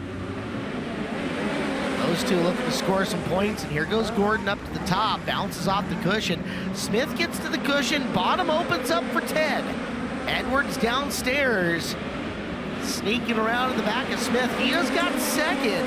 That car looks real good on the bottom. He's normally tops up here kind of, Bud, but right now it's roll the bottom, that hot bottom.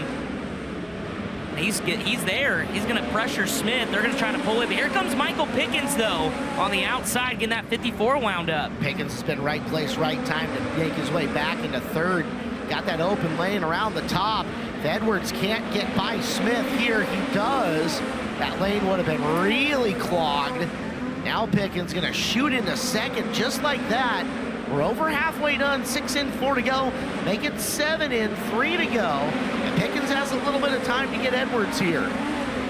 Nonetheless, Tyler Edwards from 9 to 1. Impressive run. That car looks really strong. Michael Pickens going to try to close the gap here. They're side by side for third.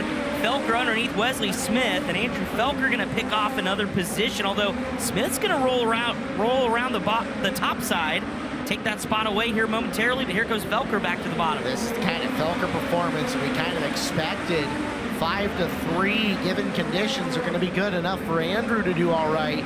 If he can hold it, we're coming to the checkered. And this one is done, guys. Tyler Edwards, 9 to 1, Pickens 6 to 2, and Felker 5 to 3, the story here in qualifier 4. Tyler Edwards, my dirt draft appreciates you. We are thankful for you. Let's go back upstairs. K1 Race Gear interview with Gordy Gundaker. Got Tyler Edwards here. Tyler, 9 to 1. That was a kind of a wild qualifier there. Kind of walk me through what you had there and how the car felt, 'cause it looked great.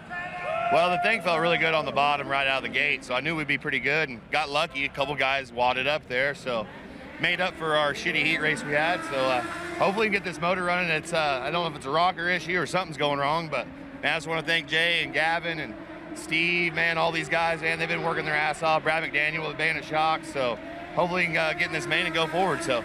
Yeah, so you're the only guy to go 9 to 1 this week for one, but you talk about it, right? This is a hometown deal for you, the Chili Bowl, right here from Oklahoma. Talk about what this race means to you, and just now putting yourself in a great position to maybe even lock in or be way up in on Saturday night. Well, this race means everything to me, man, and I've been coming here since I was a kid, so just trying to get in that Saturday main once, then maybe we can go from there and have a shot one of these days. But this is all it is for me, man. The biggest race there is. So I'm just glad to be here with these guys, and we'll see what we can do in the future.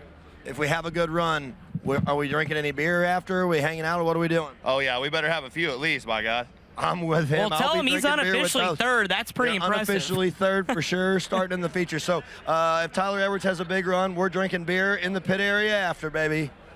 Gordy, nice job, bud. Yeah, Gordy, you were drinking beer in the pit area after anyways, though, right? Yeah. Always. Yeah. All right. Always. Actually, I had a few right before this, but been hiding that. So don't tell the producers, but it's too late for that. Well, we have the lower third. It says career change after Wednesday night, so I guess you're a broadcaster now.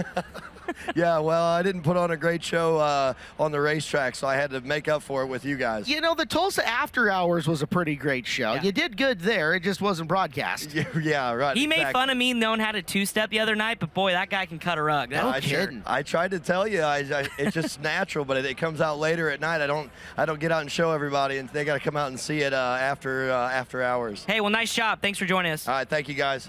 All right, B feature number 1, top 4 drivers are going to the back of the A main event of the inside row, positions 17, 19.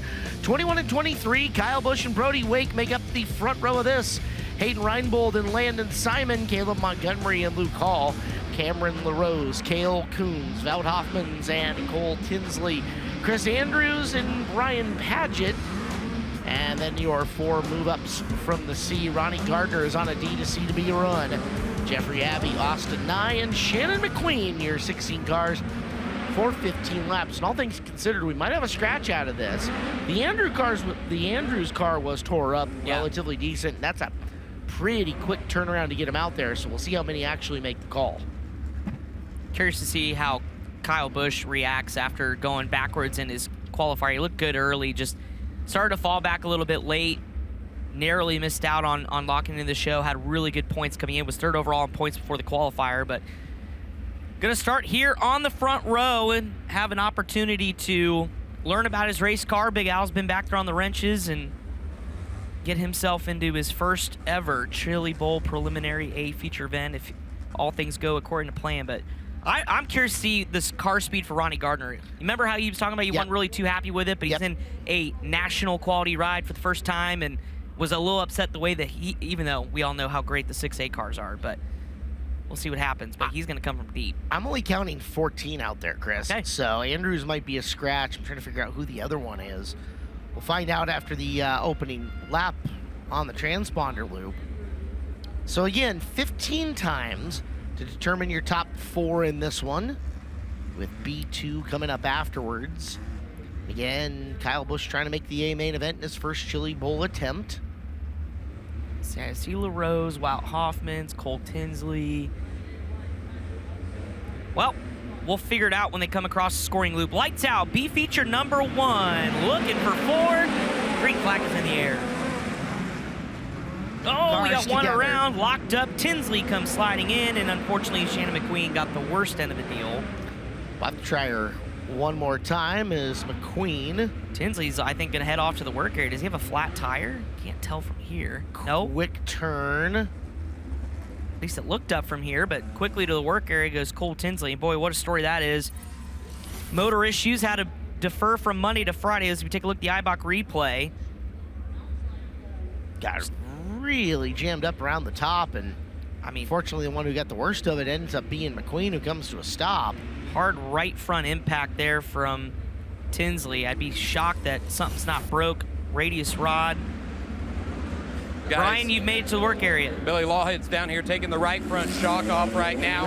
There's damage to the wheel cover on the right front, but the tire looks good. Radius rods look good. It was just the shock. Trying to bolt it back onto the tower and then down to the axle. He had to unhook the adjuster. They probably won't even bother putting the adjuster back. Well, yeah, they're just trying to tuck the cable away. New shock is on. They're going to tighten it up. And now they're being told they have a left rear flat, and sure enough, it is down on the ground. Tough break there as we get an eye on the 44 Brody Wake. Actually has a flat left front tire starting outside of the front row. Now, Caleb, you can run as long as it stays on the bead, but boy, that's pretty flat. It makes it a little harder to get around, but again, if there is one that you can go without, it is the left front. Left rear is off here on Tinsley's car, and they don't have another one. It is coming down the ramp now. That was Josh Marcham running it down the ramp. 3 guys lifting the rear of the car up. Kyle Thompson in on this. Again, Lawhead, Justin Patoska, so many locals here trying to get this new tire on. Wheel nut is on. We're gonna turn it tight and push the car back onto the racetrack. So Tinsley will make it. Oh, maybe not. We're lights out. They're about 5 seconds too late. Yeah, and the official there just told him to hold, so you can only hope for a quick yellow.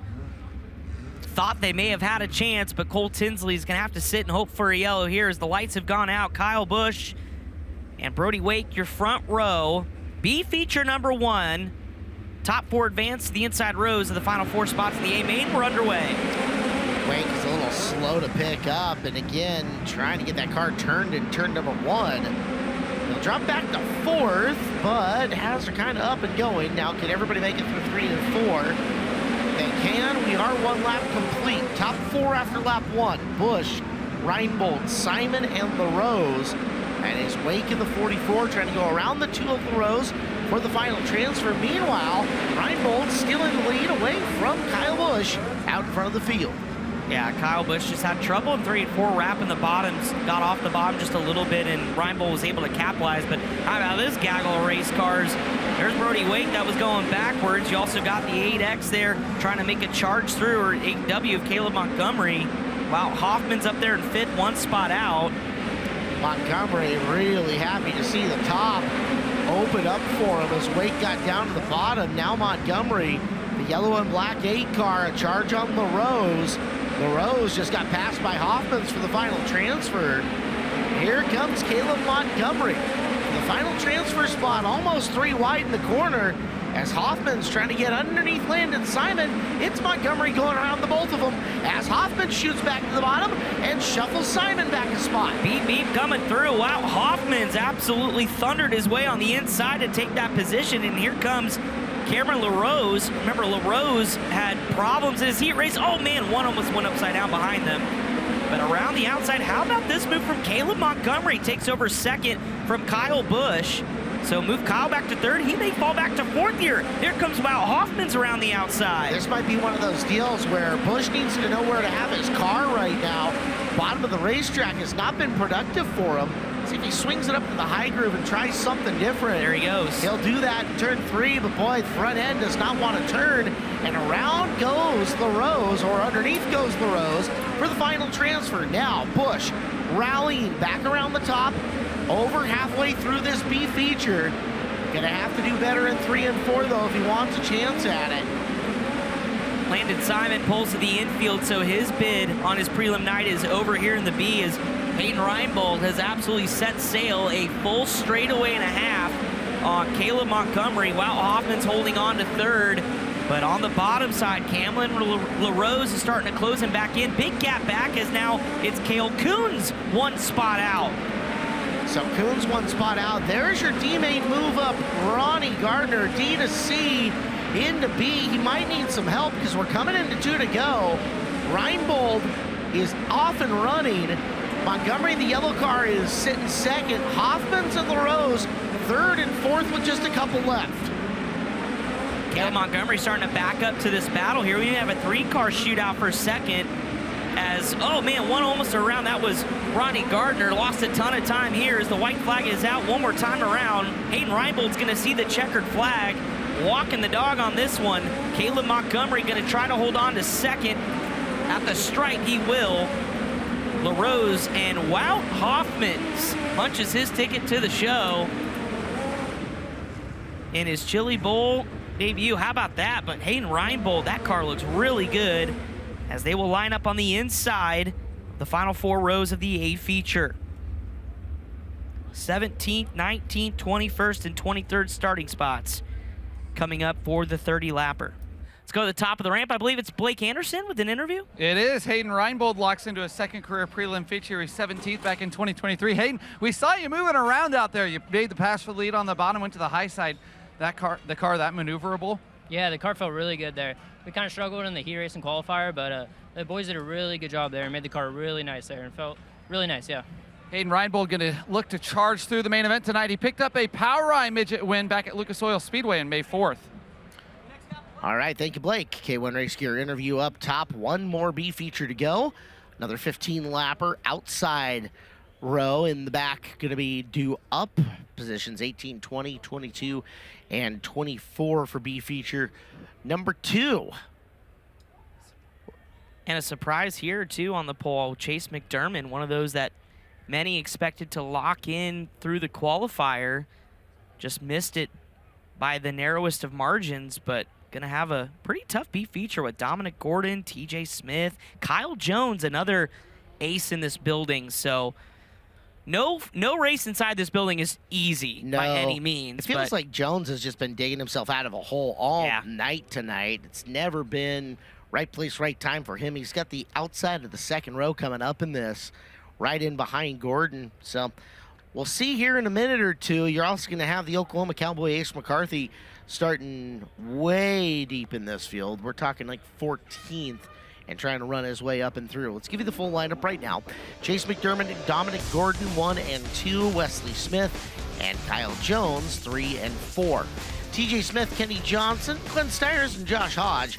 Jace Park and Kyle Steffens with Alex Midkiff and Devin Camfield, your 12 that did not make it through a qualifier directly into the A main.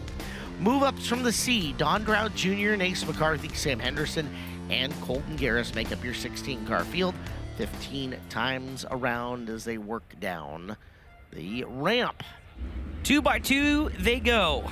Lights out. Chase McDermott and Dominic Gordon, Wesley Smith, Kyle Jones, TJ Smith, and Kenny Johnson. Pretty stout front 3 rows. But only 4 drivers are going to have their night continue here at the Chili Bowl Nationals. The pink is out for Turn the Bowl Pink Night. And our final run-up to the 30-lap A-main event is about to go green, looking for 4 to transfer. McDermott the early lead. Out around the high side, Gordon trying to take it from him. Gordon, bad. Corner 3 and 4, loses lots of ground as Wesley Smith. Down to the low side, he'll take over second. There are cars 2 wide all the way through. About position 8, battle for the final transfer is on. Jones had it on the opening lap. He's looking to whip his way into 3rd coming off the corner. Yeah, just looking to get this 16 wound up as they're stacked up behind. Just shows you the different grooves right now, what's working for some guys on the bottom and what's working on top as Kyle Jones still tries to rip the lip here. Holding on to that 3rd position, Wesley Smith is out, caution flag waves. Cars together here in 4. Boy, it has been a 17. Rough outing for Camfield and Gross.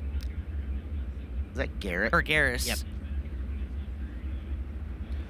So with 3 complete, McDermott, Gordon, Jones, and Smith, and Jones had just moved to the bottom to secure that spot, keep Smith down on the low side and unable to get by him. TJ Smith, though, had a clean line up and around the top in the Rosenboom 14 car. We'll watch him when we get back to it as Camfield sideways. Look out. Yeah, Garris just nowhere to go. Good heads up. I think that's Daryl Camfield down there in the infield, narrowly a missing Ace McCarthy. Brian Ward is on the scene. Yeah, the left rear tire is down on Camfield 17, and it's causing the left side nerve bar to scrape into this berm here on the bottom. They can't even get the car pushed. It's digging into the ground because that tire's low, making the nerve bar sit on the ground. They're kind of trying to go up. So you want to call it bottomed out or high centered, whatever phrase you want to use on the 17, and then they're getting the hook on the 7K. I'm going to see if I can catch a glimpse at the damage on this race car. It's on the left front. Axles pulled back, and from the right side I can't get a good view, but it looks like maybe the drag link or something is messed up there on the left front of Garris's car. Devin Camfield summarized it perfectly. Looked at the camera and just gave it the big old thumbs down. Yeah, he's had a night. Yeah. Talked about him way too much and not the best of light, unfortunately. Or best situation, so. Rear pick will take the Camfield car back to his corner of the arena, and upwards and onwards they'll go. Have some cars with some good starting spots tomorrow, and they'll have a couple other guys in very early. So Chase McDermott leading this one. Dominic Gordon, Kyle Jones, Wesley Smith, TJ Smith. First car out, looking in. Kenny Johnson, Glenn Stiers. Jace Park is at an eventful night. Sits currently in 8th, and then Josh Hodge should move up to 9th. Alex Midkiff got through that as well in the Loyette colors in that 05 car. Drought and McCarthy outside the top 10 still. sitting 13-14 on the last scoring loop. They'll each move up a spot. Couple spots, actually. One spot. Garris was behind him. As we're ready to go. 3 down, 12 left. McDermott just being around the bottom, making sure that nobody can get him. It's Jones and Smith for third. Jones up high, will bring it to the bottom of turn number 3 in the white, purple, and black 16 car. Westman Smith has not left the bottom in a while. Meanwhile, the guys chasing him up into position 5. TJ Smith shuffling backwards a little. Did not get the restart he was after. Kenny Johnson trying to take it away from him as Glenn Steyer's also on the move in the 0. Race leader McDermott continues on as you're watching TJ Smith trying to reclaim 5th away from Kenny Johnson. Both of them losing touch with the rest of the field as this is the battle for 2nd. 31 of Dominic Gordon and the 16 of Kyle Jones. And Jones steady around the low side, gets past Gordon. Gordon goes sliding across. There's Jones, crossover. To the top he goes. In turn number 3 is Gordon retakes 2nd back by putting the left side tires onto the berm. This time he holds it on the low side. Here comes Jones again up on the top. Had to get out of it. He thought about maybe turning it down the hill. Meanwhile, let's go TJ Smith. Look at him ripping the top here, trying to get around Wesley Smith. That's the battle for the transfer spot. He's got it. 6 laps to go. They're coming to 5 next time around, and TJ now trying to hang on in that 14J. Took TJ a couple of laps to find it again after that caution flag. As the race for 2nd, still really good. Gordon down low, Jones up high. It's a whole row on your A main start. We're down to 4 to go. Jones whipping around the top, brings it down to the bottom of 1 and 2. Trying to close that door permanently. Meanwhile, you can see the gap between 4th and 5th as Chase McDermott, a look out front. He's coming into lap traffic and has moved off the bottom to the top with 3 laps remaining. Yeah, just trying to get some clean laps in here. The top's still a little bit tricky. Bottom still is good as well. As we keep an eye, though, back here's TJ Smith. And Wesley Smith's not letting him get away. 2 laps to go. TJ has 1 bobble up top, and Wesley could be there to capitalize. Battle for that 4th and final transfer spot, going to come down to the white flag. Single time left around the Expo Raceway with 1 more driver going hero mode to the very top, and that's Jace Park. Park might have missed it in the center of the corner. That's going to hurt him. So we're to the checkered flag. McDermott gets the win. Jones 2nd, 3rd to Dominic Gordon, 4th to TJ Smith.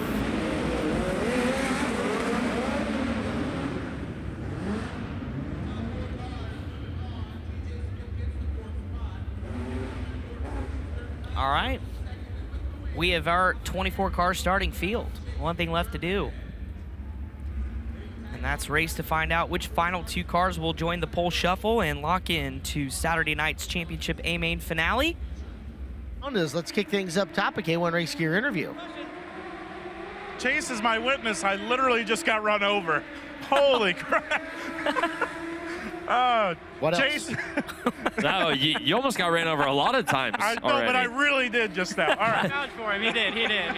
Chase, tell me about, you get out front, how much of an advantage is that to be out front, be able to maneuver your car around knowing you're going to have to pass some cars here come A-Main time? I was trying to really maneuver around. I started slipping up a little bit in 3 and 4 on the bottom, so I knew that in the feature, obviously, like you said, I'm going to have to, be able to get by a lot of cars, just kind of running probably where they're not. So I just needed to see what my car was like on the top there, because in the heat race, it was not good at all. We really struggled. So, we just kind of threw the kitchen sink at it there, changed a bunch of things for the B main, and hopefully, now we're trending in the right direction. So, I just can't thank the great company and Russ Wettenkamp enough. His whole family, they've got a nice setup over there. For us and just helping out a lot this whole season, past couple years. So, can't thank him enough. And then, we have a bunch of other sponsors that allow us to be here, but hopefully we make them all proud in the future. Does it give you any confidence at all, knowing we saw the other night Steven Snyder had to pass a lot of cars? Yeah, a little bit. We were pretty close in our packages, but everybody's driving style is a little bit different, and it just didn't quite suit me there. So just changed a few things, like I said, and we're trending in the right direction here. All right, good luck. Thank you. There you go, guys. Chase McDermott going to have to come from 18th in tonight's A-Main. All right, thank you, Chris. Don't get run over again. That's bad. It's very bad. Oh, it is electric inside the Expo. Hairs on the forearm start to stand up on end. The final prelim is rolled down the track and is in staging, ready to go. Line up for the A-Main. Ryan Timms and Michael Pickens in row number 1. Gavin Miller and Tyler Edwards in row number 2. Darren Pittman and the local boy, Jason McDougall, row number 3. Logan Seavey and Justin Grant in row number 4. Andrew Felker, Cole Vander Heiden in row 5. Michael Jacinto and Sunshine, Tyler Courtney in row number 6. 7th row, Sia, Sam Johnson and Daniel Robinson. Row number 8, Ricky Stenhouse Jr. and Frankie Guarini, the final of our lock-ins. From the B-Main, Hayden Reinbold and Chase McDermott. Caleb Montgomery and Kyle Jones, Cameron LaRose, Dominic Gordon, Wout Hoffmans and TJ Smith. 24 cars, 30 laps, top 2 finishers to the pole shuffle on Saturday afternoon. I've seen it in some of the highlight videos that have run that top 3 battle with Logie and going forward with him and Timms. There was Felker at the very end on Friday night last year trying to make a run of it. Andrew Felker can get the job done. This is going to be fun, guys. There is so much to follow. Not a single one of us took a Tyler Courtney or Ricky Stenhouse Jr. They got to come from a little bit deeper, but that's just your talent here on the most loaded night of the week. Yeah, for absolutely. Sure. And then even with Ryan Timms, talking with him this week, he has rewatched that Friday night prelim last year over and over and over again, studying the film. What more could I have done? But you're right, Caleb. The fact he's starting on the pole instead of having to pick his way through a couple of rows to get to the front and do some chasing, I think speaks dividends. It's going to be tough to get past Ryan Timms. Clinton, if McDougall wins this, does the building burn? Man, it does. Absolutely. Yeah, if McDougall wins this, I probably don't stay in this booth. I was about to say, we'll see you later. I know I'm supposed to have all the unbiased here, right? But Jason has done so much, worked so hard, been through everything in his career, and someone that I lived with for a while. I think the world of Jason, and I'm pumped to watch him rip this thing for 30 laps because he seems like vintage J Boogie tonight. Let's be fair. Since his 3 driller performance, this place has not been good to him. No. Other than the soup run, which ended early, he has had a hard time making mains, much less doing anything, and he looks really, really quick tonight. So Tulsa's favorite son might be primed. It's time for me to stop talking about my friends. It doesn't matter. They're going to do what they're going to do regardless of what we're going to say as we're ready for the final prelim A-Main event of the night. It is a star-studded field on a Friday night in Tulsa, Oklahoma. The final preliminary night is the Rowdy Spray Confetti. It's Turn the Bowl Pink night. Can anyone dethrone the Friday night champ and the 2-time defending Chili Bowl champ? We'll find out. 30 laps, green flag, Friday night is underway. So far, so good through turn number 1. Timms has the advantage. Pickens hunting on the high side. Long way around through the corner. It is Timms on lap number 1 here at the Friday Night A-Main. Here comes Michael Pickens. It's a KKM 1-2-3 as he nearly biked it over. Didn't lose a ton of time, but here comes J Boogie and Jason McDougall. But on the bottom, Tyler Edwards in the Inferno armor, but we got one upside down, and that's Kyle Jones. So one upside down early, but man, Michael Pickens rode out of the bike. I thought that thing was going over. Jones had started in 20th, had made his way to 18th in just a couple of laps up and on his lid. Got a good long chance to talk to Kyle Monday night post-race and was excited for the opportunity. Unfortunately, quickly on his top, and I think he got a piece of Ricky Stenhouse Jr. there on the way up and over. Grant and Seavey still running 7-8, so neither made a position up in that opening exchange, and yikes. There's going to be no fixing that.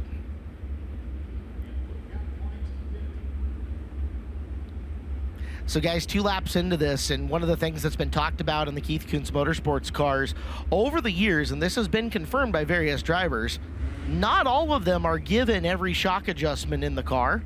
Some of them don't. I don't know which on the end of Tim's, Miller, and Pickens are on these things, but all three of those drivers with a chance to make their cars better depending on what their crew chiefs may be signaling them right now.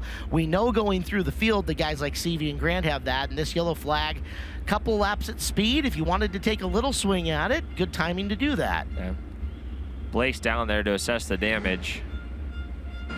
Yeah, heavy damage to that right front nine. We'll see how they got enough time in the work area, Clint, but Chris Morris made his way over there, so we'll get a good look in just a second. See if the shock stud and mount was broke off the axle. It was hard to tell. It looked like it might be, though. His guys have a new shock in hand. That was their best guess. They weren't positive as to what the problem was, but they had a new shock in hand. It's here now. They're going to get to work. Just depends if it's a shock stud that broke off on the axle or if it just, you know, broke the shock itself. Yep, I'm here to say stud. Yep. You can get the stud out of the axle.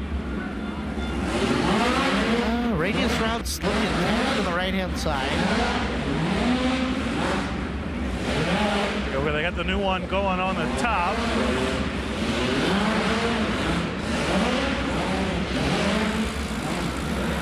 But I don't think they had a stud handy.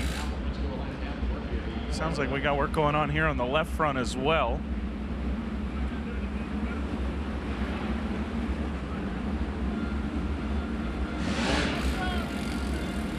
Lights are out, guys. They were just told 60 seconds is up. They're going to have to keep working on it.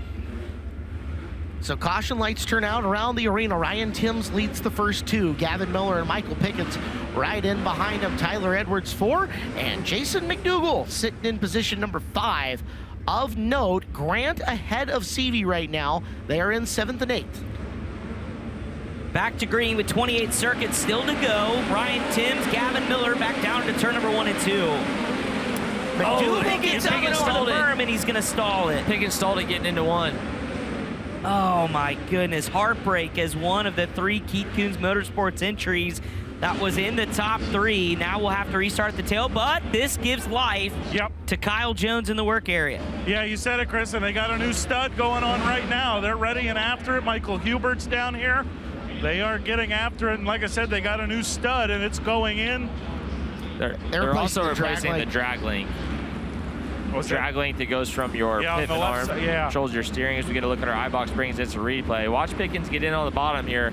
See, it's the same deal. You get up in on that berm and hit your brakes, and just so easy to stall it, especially kind of on a fresh rework if there's maybe some grease down there. Did you see Tyler Edwards get away with one there? I was actually, the guy who should be the most disappointed right now is Jason McDougall. He had a really nice start up and around the top and looked like he might have been able to get a couple of positions.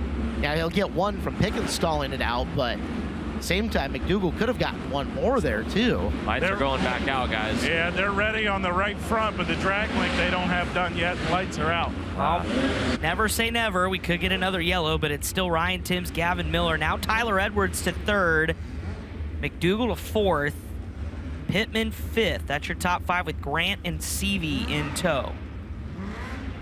Still 2 down, still 28 to go. Here comes Timms, bringing them back to green. Timms and Miller. McDougall will swing up to the top and work on Edwards for 3rd. Those two battling hard coming into the corner. Grant's jumped up to the top in behind him as Pittman down low. Looking to sneak a spot from McDougall as McDougall.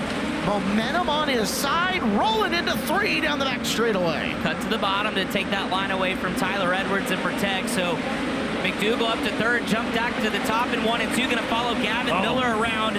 Justin Grant got caught out in the middle, and Logan Seavey makes the pass on him. They're side by side down the backstretch. Seavey on the move, now up to 6th. Got around Grant. Grant gonna fire one back into turns 1 and 2. Those two side by side, just behind the Tyler Edwards battle.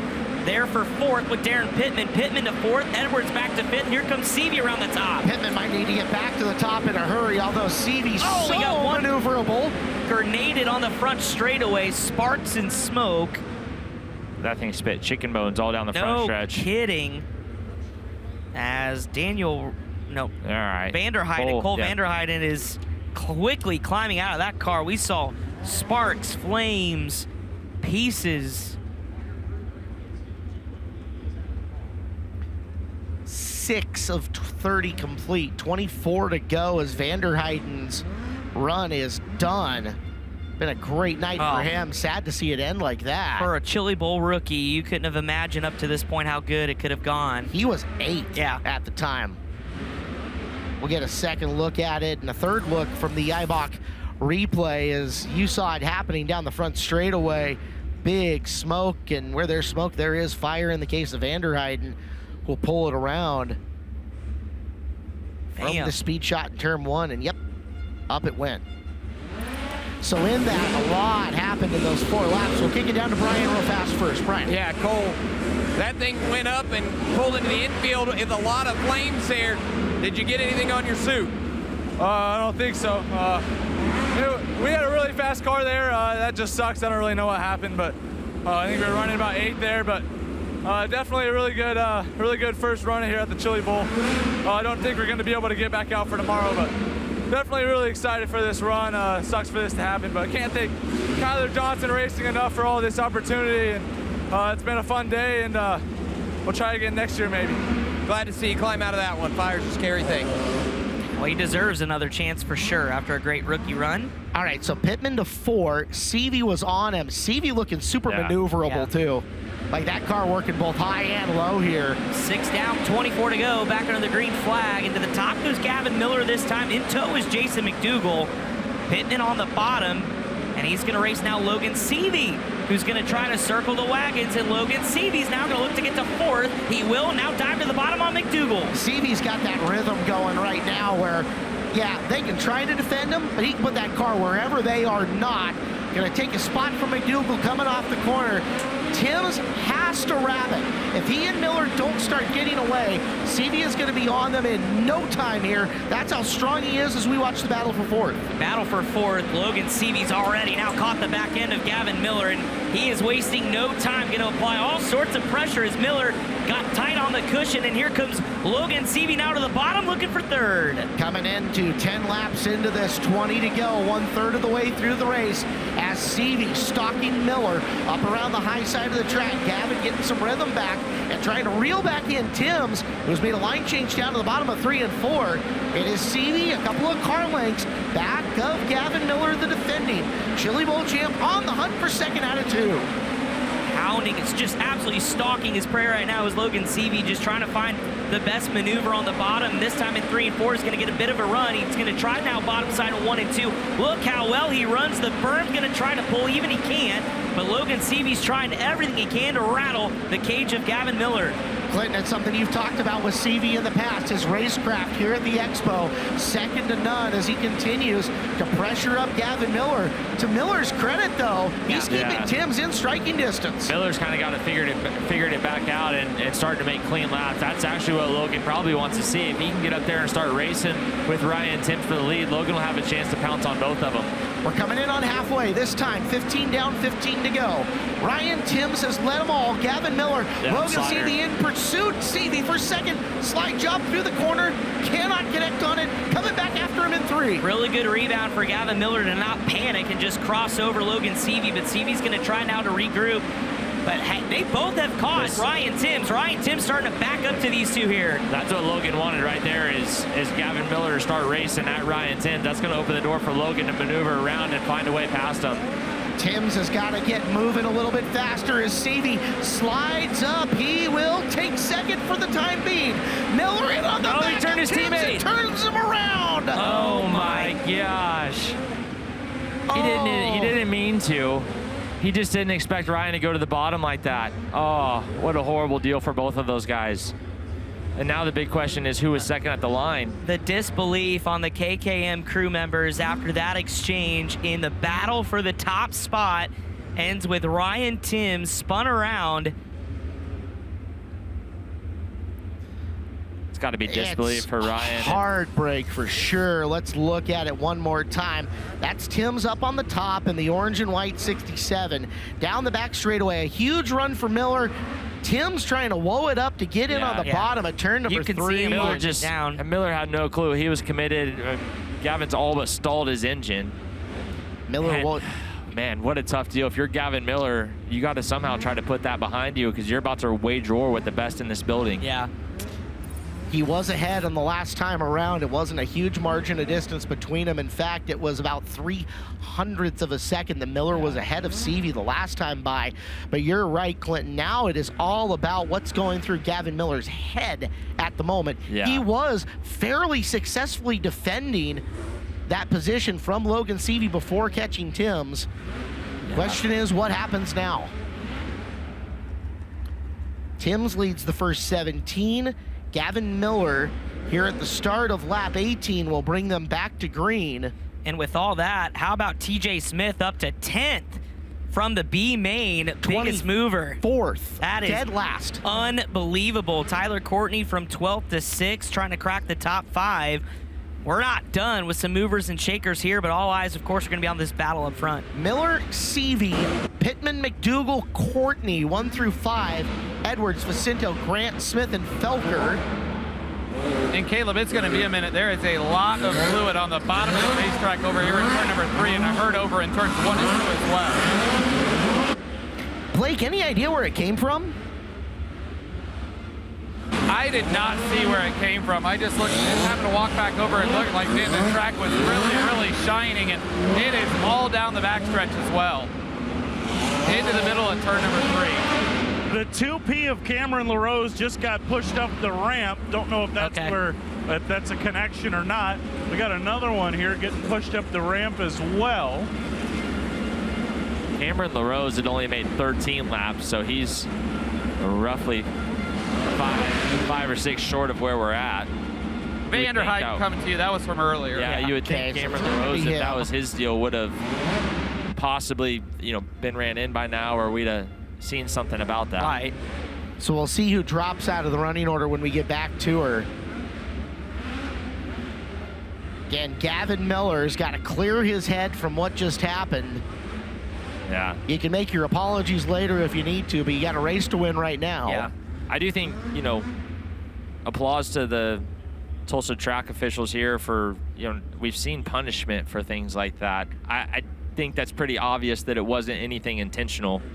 That was super hard racing, for the lead, and you could see Gavin's tires on the replay all but stopped trying to not get in the back of Ryan. So, if anyone back home is wondering, well, why aren't they sending him to the tail, I think that's why. Well, how short of a memory does Gavin Miller have? Because he's got Logan Seavey just absolutely grinding his teeth, knowing what's at stake here. Darren Pittman into 3rd, McDougal in 4th, and Sunshine in 5th. Coming back to the green flag, 17 down, 13 laps to go. Gavin Miller with an open track ahead of him, and Seavey's going to go to the top to begin his pursuit of your race leader. Miller leads on the restart. McDougal trying to drive up and around Pittman. Battle for 3rd is on as your race lead getting hot and heavy up in front. Oh, McDougal sideways, up and over after contact with Pittman. He absolutely gassed it trying to get out of turn 2. Pittman was there. They both came up the racetrack. And tough heartbreak right in front of the Rowdies for Jason McDougal. And a lot of sign language tonight. And the Rowdies are clearly on the side of Jason McDougal. Jason needs to get his head back on straight here. I don't know how much damage that car has. Yeah, we're after halfway, so, you're not going to get any work area time. It's got to get buckled back in. Yeah. We'll take a look at the IBOC replay. Coming out of turn 2. See, McDougal on the outside got tight, tries to then get back down the hill. Man, I don't know. That's once he goes and looks at it again, might think different. Hard racing? Yeah, that's just, I think Darren maybe had an idea he was coming, but he definitely didn't see him. He's trying to get his buckles back on here, but when he stood up, they fell behind his back. He sat down in the seat, and then they were all behind him and under him, so he's struggling to get the belts back on. And this is dangerous because we know there is, beyond halfway, no time. Yeah. Caleb, a guy I'm keeping an eye on, Tyler Courtney in that Silva 23C. That's a team, they've been fighting their cars all week long. The constant complaint, not comfortable. Tyler Courtney looks comfortable right now. He does. Came from 12th, cracked 6th, and we'll give the gift here of restarting in the 5th position. Yeah. It's got 2 free positions without doing anything the last, 0 laps. And depending on what happens up front as they start racing, could bring the field back into picture. Here we go, 12 laps to go on Friday night. Gavin Miller, Logan Seavey, and Darren Pittman back under the green flag. Seavey this time going to go through the middle and cheat his way to the cushion in turn number 2. Miller up on the high side, Seavey in pursuit, a couple of car lengths back, a little tight there. Gonna cost him some forward drive. In fact, it costs him second as Pittman is underneath, slides to the cushion. Darren Pittman's got the 2 spot. Pittman had a really good run in the bottom of 3 and 4. He's gonna try to roll away with it here up and over the berm. Seavey tight on the cushion's gonna lose more time. Here comes Sunshine. Tyler Courtney gonna fire one to the inside of Logan Seavey. Seavey in trouble here, going backwards a little bit. Your defending Chili Bowl champion is hunting right now, looking for something up around the top with Sunshine down underneath him. Courtney closing in on Pittman as well as Seavey looks to rebuild rhythm, and Gavin Miller trying to get away while they're all racing. He's got it wound back up. Logan Seavey does. Just took a minute as here comes Seavey to the outside. Oh, so close as Pittman takes the line away. He'll slide himself. Seavey to the bottom, and now into turn number 3 and 4. Seavey runs it in hard. If anybody's going to be able to match Logan Seavey for tactics, Darren Pittman is on the short list of guys who do it. He gets to the top of 1 and 2 and opens it up a little bit over Logan, trying to put him into a B main on Saturday night. 6 laps to go. Gavin Miller hoping these two continue to duke it out as he has a 1.1 second lead, but here comes Logan Seavey looking for that runner-up spot. He's tracked down Darren Pittman this time through 3 and 4. Seavey's gonna circle the wagons around the outside. He's got some momentum on his side, gets down to the bottom to close the door in 1 and 2 with a little bit of time left. Miller is not so far gone as we come to 4 to go. Yeah, both of those guys were closing in on Gavin Miller as they were racing, and now that Seavey's got some air pressure back in his right rear, he's feeling good. It's game on here, coming to 3 laps to go. Logan Seavey's there. Seavey to the bottom, across the nose, parks it on Gavin Miller. You've got a new leader, Logan Seavey with 3 to go. How can Miller rebound? Seavey trying to get away from him. Miller back on the hammer down the back straightaway, trying to keep Logan close. Seavey bounces off the cushion. Miller right there as we're down to 2 to go. Twin popsicle sticks in the air, and here comes the Logan Seavey slide himself to protect, but Gavin Miller's got a full head of steam. Into turn 3 and 4. Seavey again gonna run the slider line. Bang off the cushion. White flags in the air on Friday night. What does Miller do as Seavey slides through the corner? Gavin Miller has 2 corners to figure it out. Into the 3rd turn and coming off of 4. It's Seavey. It's Miller. Give it to Logan Seavey. Logan Seavey emotional after the qualifier. Poke the bear, and Seavey drives from row number 5 from 7th and gets the win on Friday night. And the quest is on to three-peat here at the Chili Bowl. Logan Seavey got there in the end. Boy, it had some twists and turns to it as dropped back to 3rd after the restart, had to rally back around. Darren Pittman, keep your race leader Gavin Miller close enough. He's so good, guys. Are we surprised? It's incredible. No, you can never count him out. And like on the restart, you knew that he just had lost some air pressure in his right rear, and needed to get it back up to go be able to bang the curb. And oh my goodness, Logan. I mean, I said it before the feature. I said Logan Seavey is the best at finding a way in the late stages of not making mistakes. He fell back, like Caleb said, to 3rd, was able to dig deep and have probably the best 5 last laps that you could. Man, what a driver. Yeah. Another great showing for him. Kudos to Miller. Seavey comes across his nose. Gavin stayed in it and didn't get rattled to the point that he was right there at the very end. Maybe a little different strategy coming through 3 and 4 for Gavin, and you don't know what happens, but man. Look how much this one means to Logan. By the way, from 12th, Sunshine, 3rd. Figured it out. That Paul Silva guy's pretty damn smart. Pittman 4, Grant 5. Those are B-main cars, as is Tyler Edwards, Michael Facento, and Ricky Stenhouse Jr. But the happiest guy in Tulsa tonight is Logan Seavey.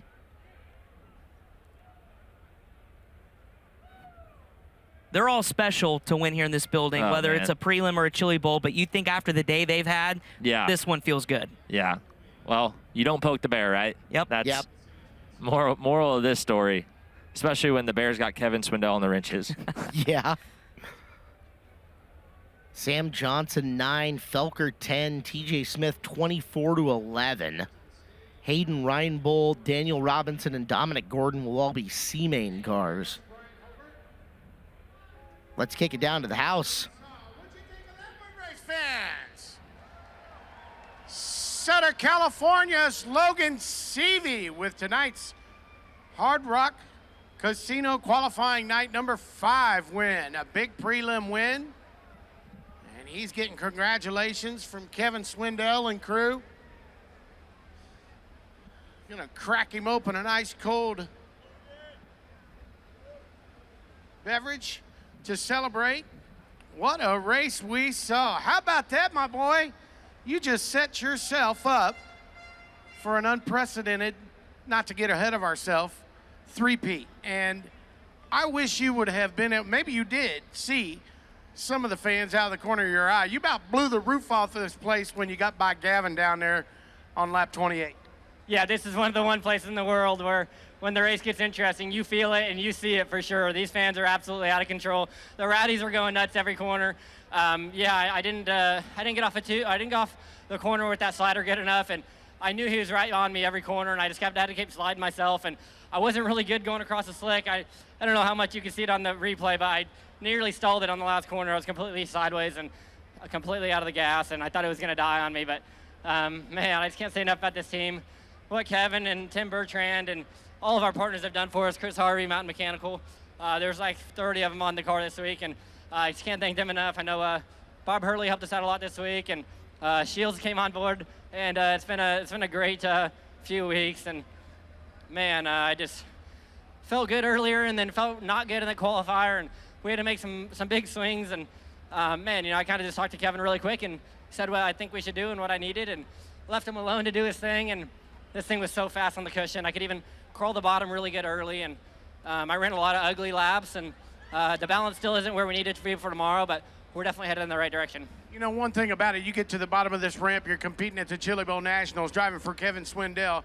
He's going to give you an absolute dime piece to get around. There'll be hiccups here and there, but when it comes time to eat, he's going to put you right in the mix. Yeah, I'll be honest, this one doesn't feel very real at the moment. I feel like there were so many moments in that race where I got the third, fairly early. I actually went to 8th on the start, and then I drove through the field pretty quick, and I got the third, and I was kind of in ride mode, and I ran down those 2 leaders, and I went by them both, and Tim's got turned around and had to get the lead back to Gavin. Then he really got going. When he had no one in front of him, he was maybe the best car, and man, he ran like 3 bad laps, and it just happened to be my best 3 laps on the racetrack. So that was really the difference. I could see the ticker was running out of time, and maybe that's what he was looking at too, and getting a little nervous, but I was able to sneak my pitman and then run about 2 really good laps and got to him, and I threw a really big bomb, and I was hoping it was clear, and like I said, I couldn't get across the slick as good as I needed to, so made it hard to clear sliders, and I knew that one was probably pretty close, but for the win on your prelim night, you got to kind of go for it, and yeah, then I was able to keep him behind me. Like I said, I think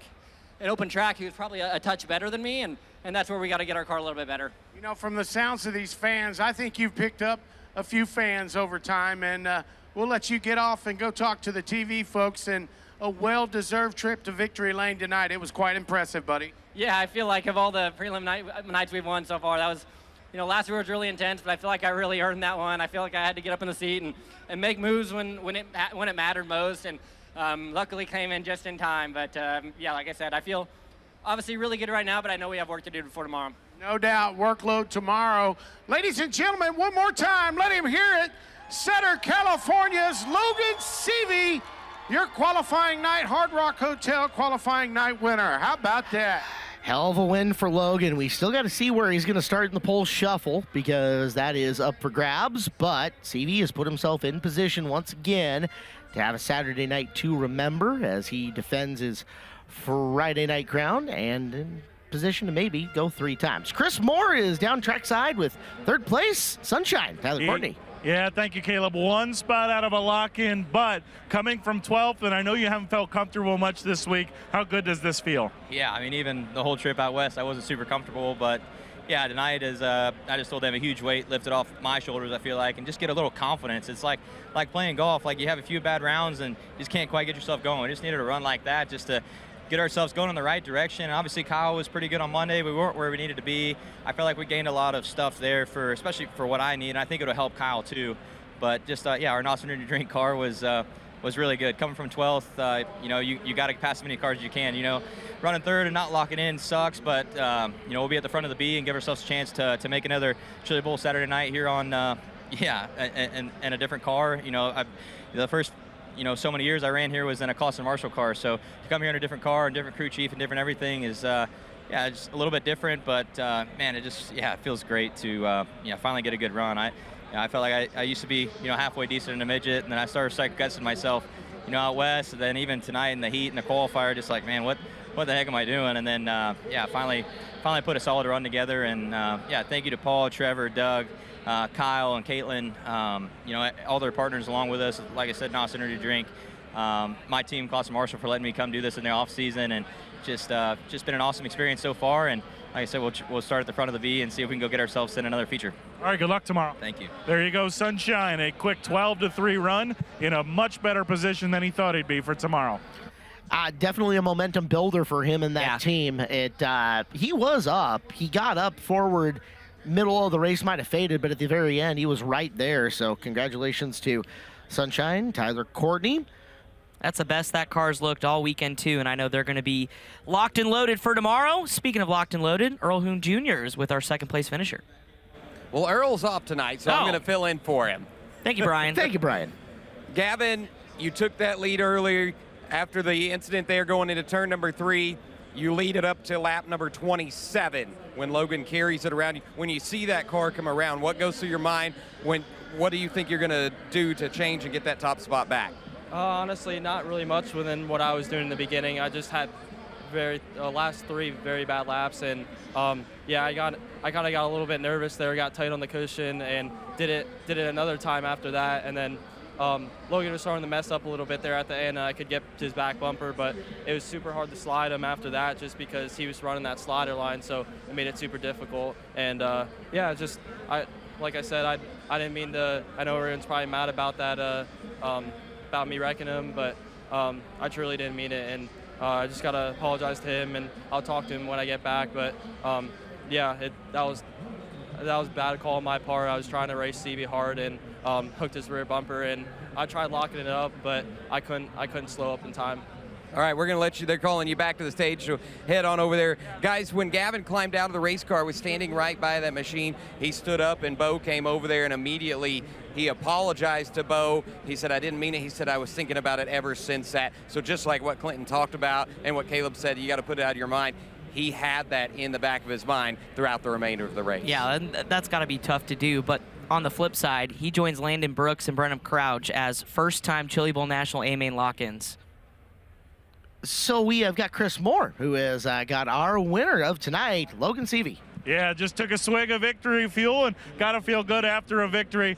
Man, we were just talking. There was a point, I don't know, 10, 12 laps to go. I thought you were staring dead at a B main, and you were going to have to work hard, and then all of a sudden this thing came to life, and you really put the whip to it. What changed those last 10, 12 laps? That was honestly just a roller coaster of a race. I got to third there, and I thought I was going right to the lead when Timms went to block the bottom, and I think he slightly missed it, and Gavin got in the back of him, and had to give that spot back to Gavin, and then ran there a few laps pacing him, and then we had another yellow, and Pittman went right by me. I got tight on a restart, and then it was like fourth was there, and I feel like fifth was probably there, and I had to just pinch because I was going to get slid, and I feel like I just had enough momentum every corner. If one mistake happened when I was in that spot, I probably run fifth or sixth, and I made a few good corners, and then Pittman went to the bottom in 3 and 4, and I blew right by him, and I made like 2 more good laps. I feel like that whole race I maybe made 5 good laps, and I just put myself in a really good spot on a couple of them, and it really paid off. I put myself in a lot of bad spots, and it gave them away, and there was moments early in the race where I thought I was going to win, and then mid-race I was like holding on to a top 5, and then like you said, 10, 12 to go, I gave up second, and it was like I was in full defense for 5 laps, and as soon as I got, able to clear back up to the top and make momentum, I ran down Gavin in like 2 laps, so man, it just goes to show when you make good laps and make good decisions, you can put yourself in the right spot to win, and Kevin's given me a car that's capable of doing that. We still have some work to do. It's probably, of any of the prelim nights we've won, I feel like I had to work the hardest tonight, so hopefully we can get our car a little better and I won't have to work so hard. But like I said, even to have a car capable of winning these races says so much, and like I said, I think our car's been so good that I haven't had to run this hard, and man, I feel like I was 130% there, and yeah, I made good laps when it mattered, and Gavin made a few mistakes, and I was able to capitalize, and then yeah, those last few, I never got a good exit of the corner, so I just had to keep blocking again, and hate to be on defense. I'd like to go get up on the cushion and try to get away from them, but yeah, at the end of the day, we're here, we got the win, and we got ourselves in position. That's all we can ask for coming into this week, and 2 years in a row, we had to win from 7, so I've got to get better out of our qualifying races, but man, I can't say enough about how good this thing is. All of our partners, Victory Fuel, Bertrand Motorsports, John Christner, there's a million people that go on into this car, especially that we have. Chris Harvey's here, and he's been here all week supporting us, so he's a great partner. Sky Ranch, Milla Motorsports, there's like I said, there's 50 of them. I know I'm going to miss 30 of them if I keep going, so yeah. Stand engines are great, spike chassis are good. Willie's got these FK shocks running pretty good for me, so yeah, our whole package is working here, and yeah, I feel like for once I finally feel like I earned one here. My car's been carrying me a lot this year, and I feel like I was able to pick up some slack there and get the win, and now we can go back to work and keep getting better. We made a huge change there after the qualifier, found a lot of it, but if we're going to race with these guys that won their prelim nights all week, we got to get better. All right, there you go, guys. Quest for the three-peat, off to a great start. Chris Moore, give Logan a hey, how are you next time I see him, or you see him down there. I don't know. I was getting a pretty stern wrap it up over there, so I'm not going to bother anybody right now. That's on you. That was wasn't me. I didn't do anything. and get it right. Hey, I like to think the last 3 years now, Logie being here in the booth before his prelim night, he goes out and does that. I'm waiting on it to work for me. What the heck? I'm here every year. This is crazy. I'm just going to quit picking you in the picks. Maybe that'll change your luck around. Well, folks at home are watching the race recap here as Michael Pickens pucker factor times 10 here early, and then unfortunately Kyle Jones, big ride upside down. Back to green flag action. Ryan Timms would lead the early stages, and there is Pickens stalling her out right there to end the KKM top 3. It was KKM 1-2, and it stayed that way for a long time, but there was a lot of action in behind him from 3 through 5, and we got to see a ton of it starting right about here with Jason McDougall up and around the top. Yeah, Jason was looking like vintage J Money back there, just absolutely ripping and in prime position to make a run early. And then, of course, Logan Seavey started to crack the whip here and put his way through the field here and getting inside the top 3. Down to the bottom would go Seavey as he works on as flame on for Cole Vanderheiden. As back to action we go.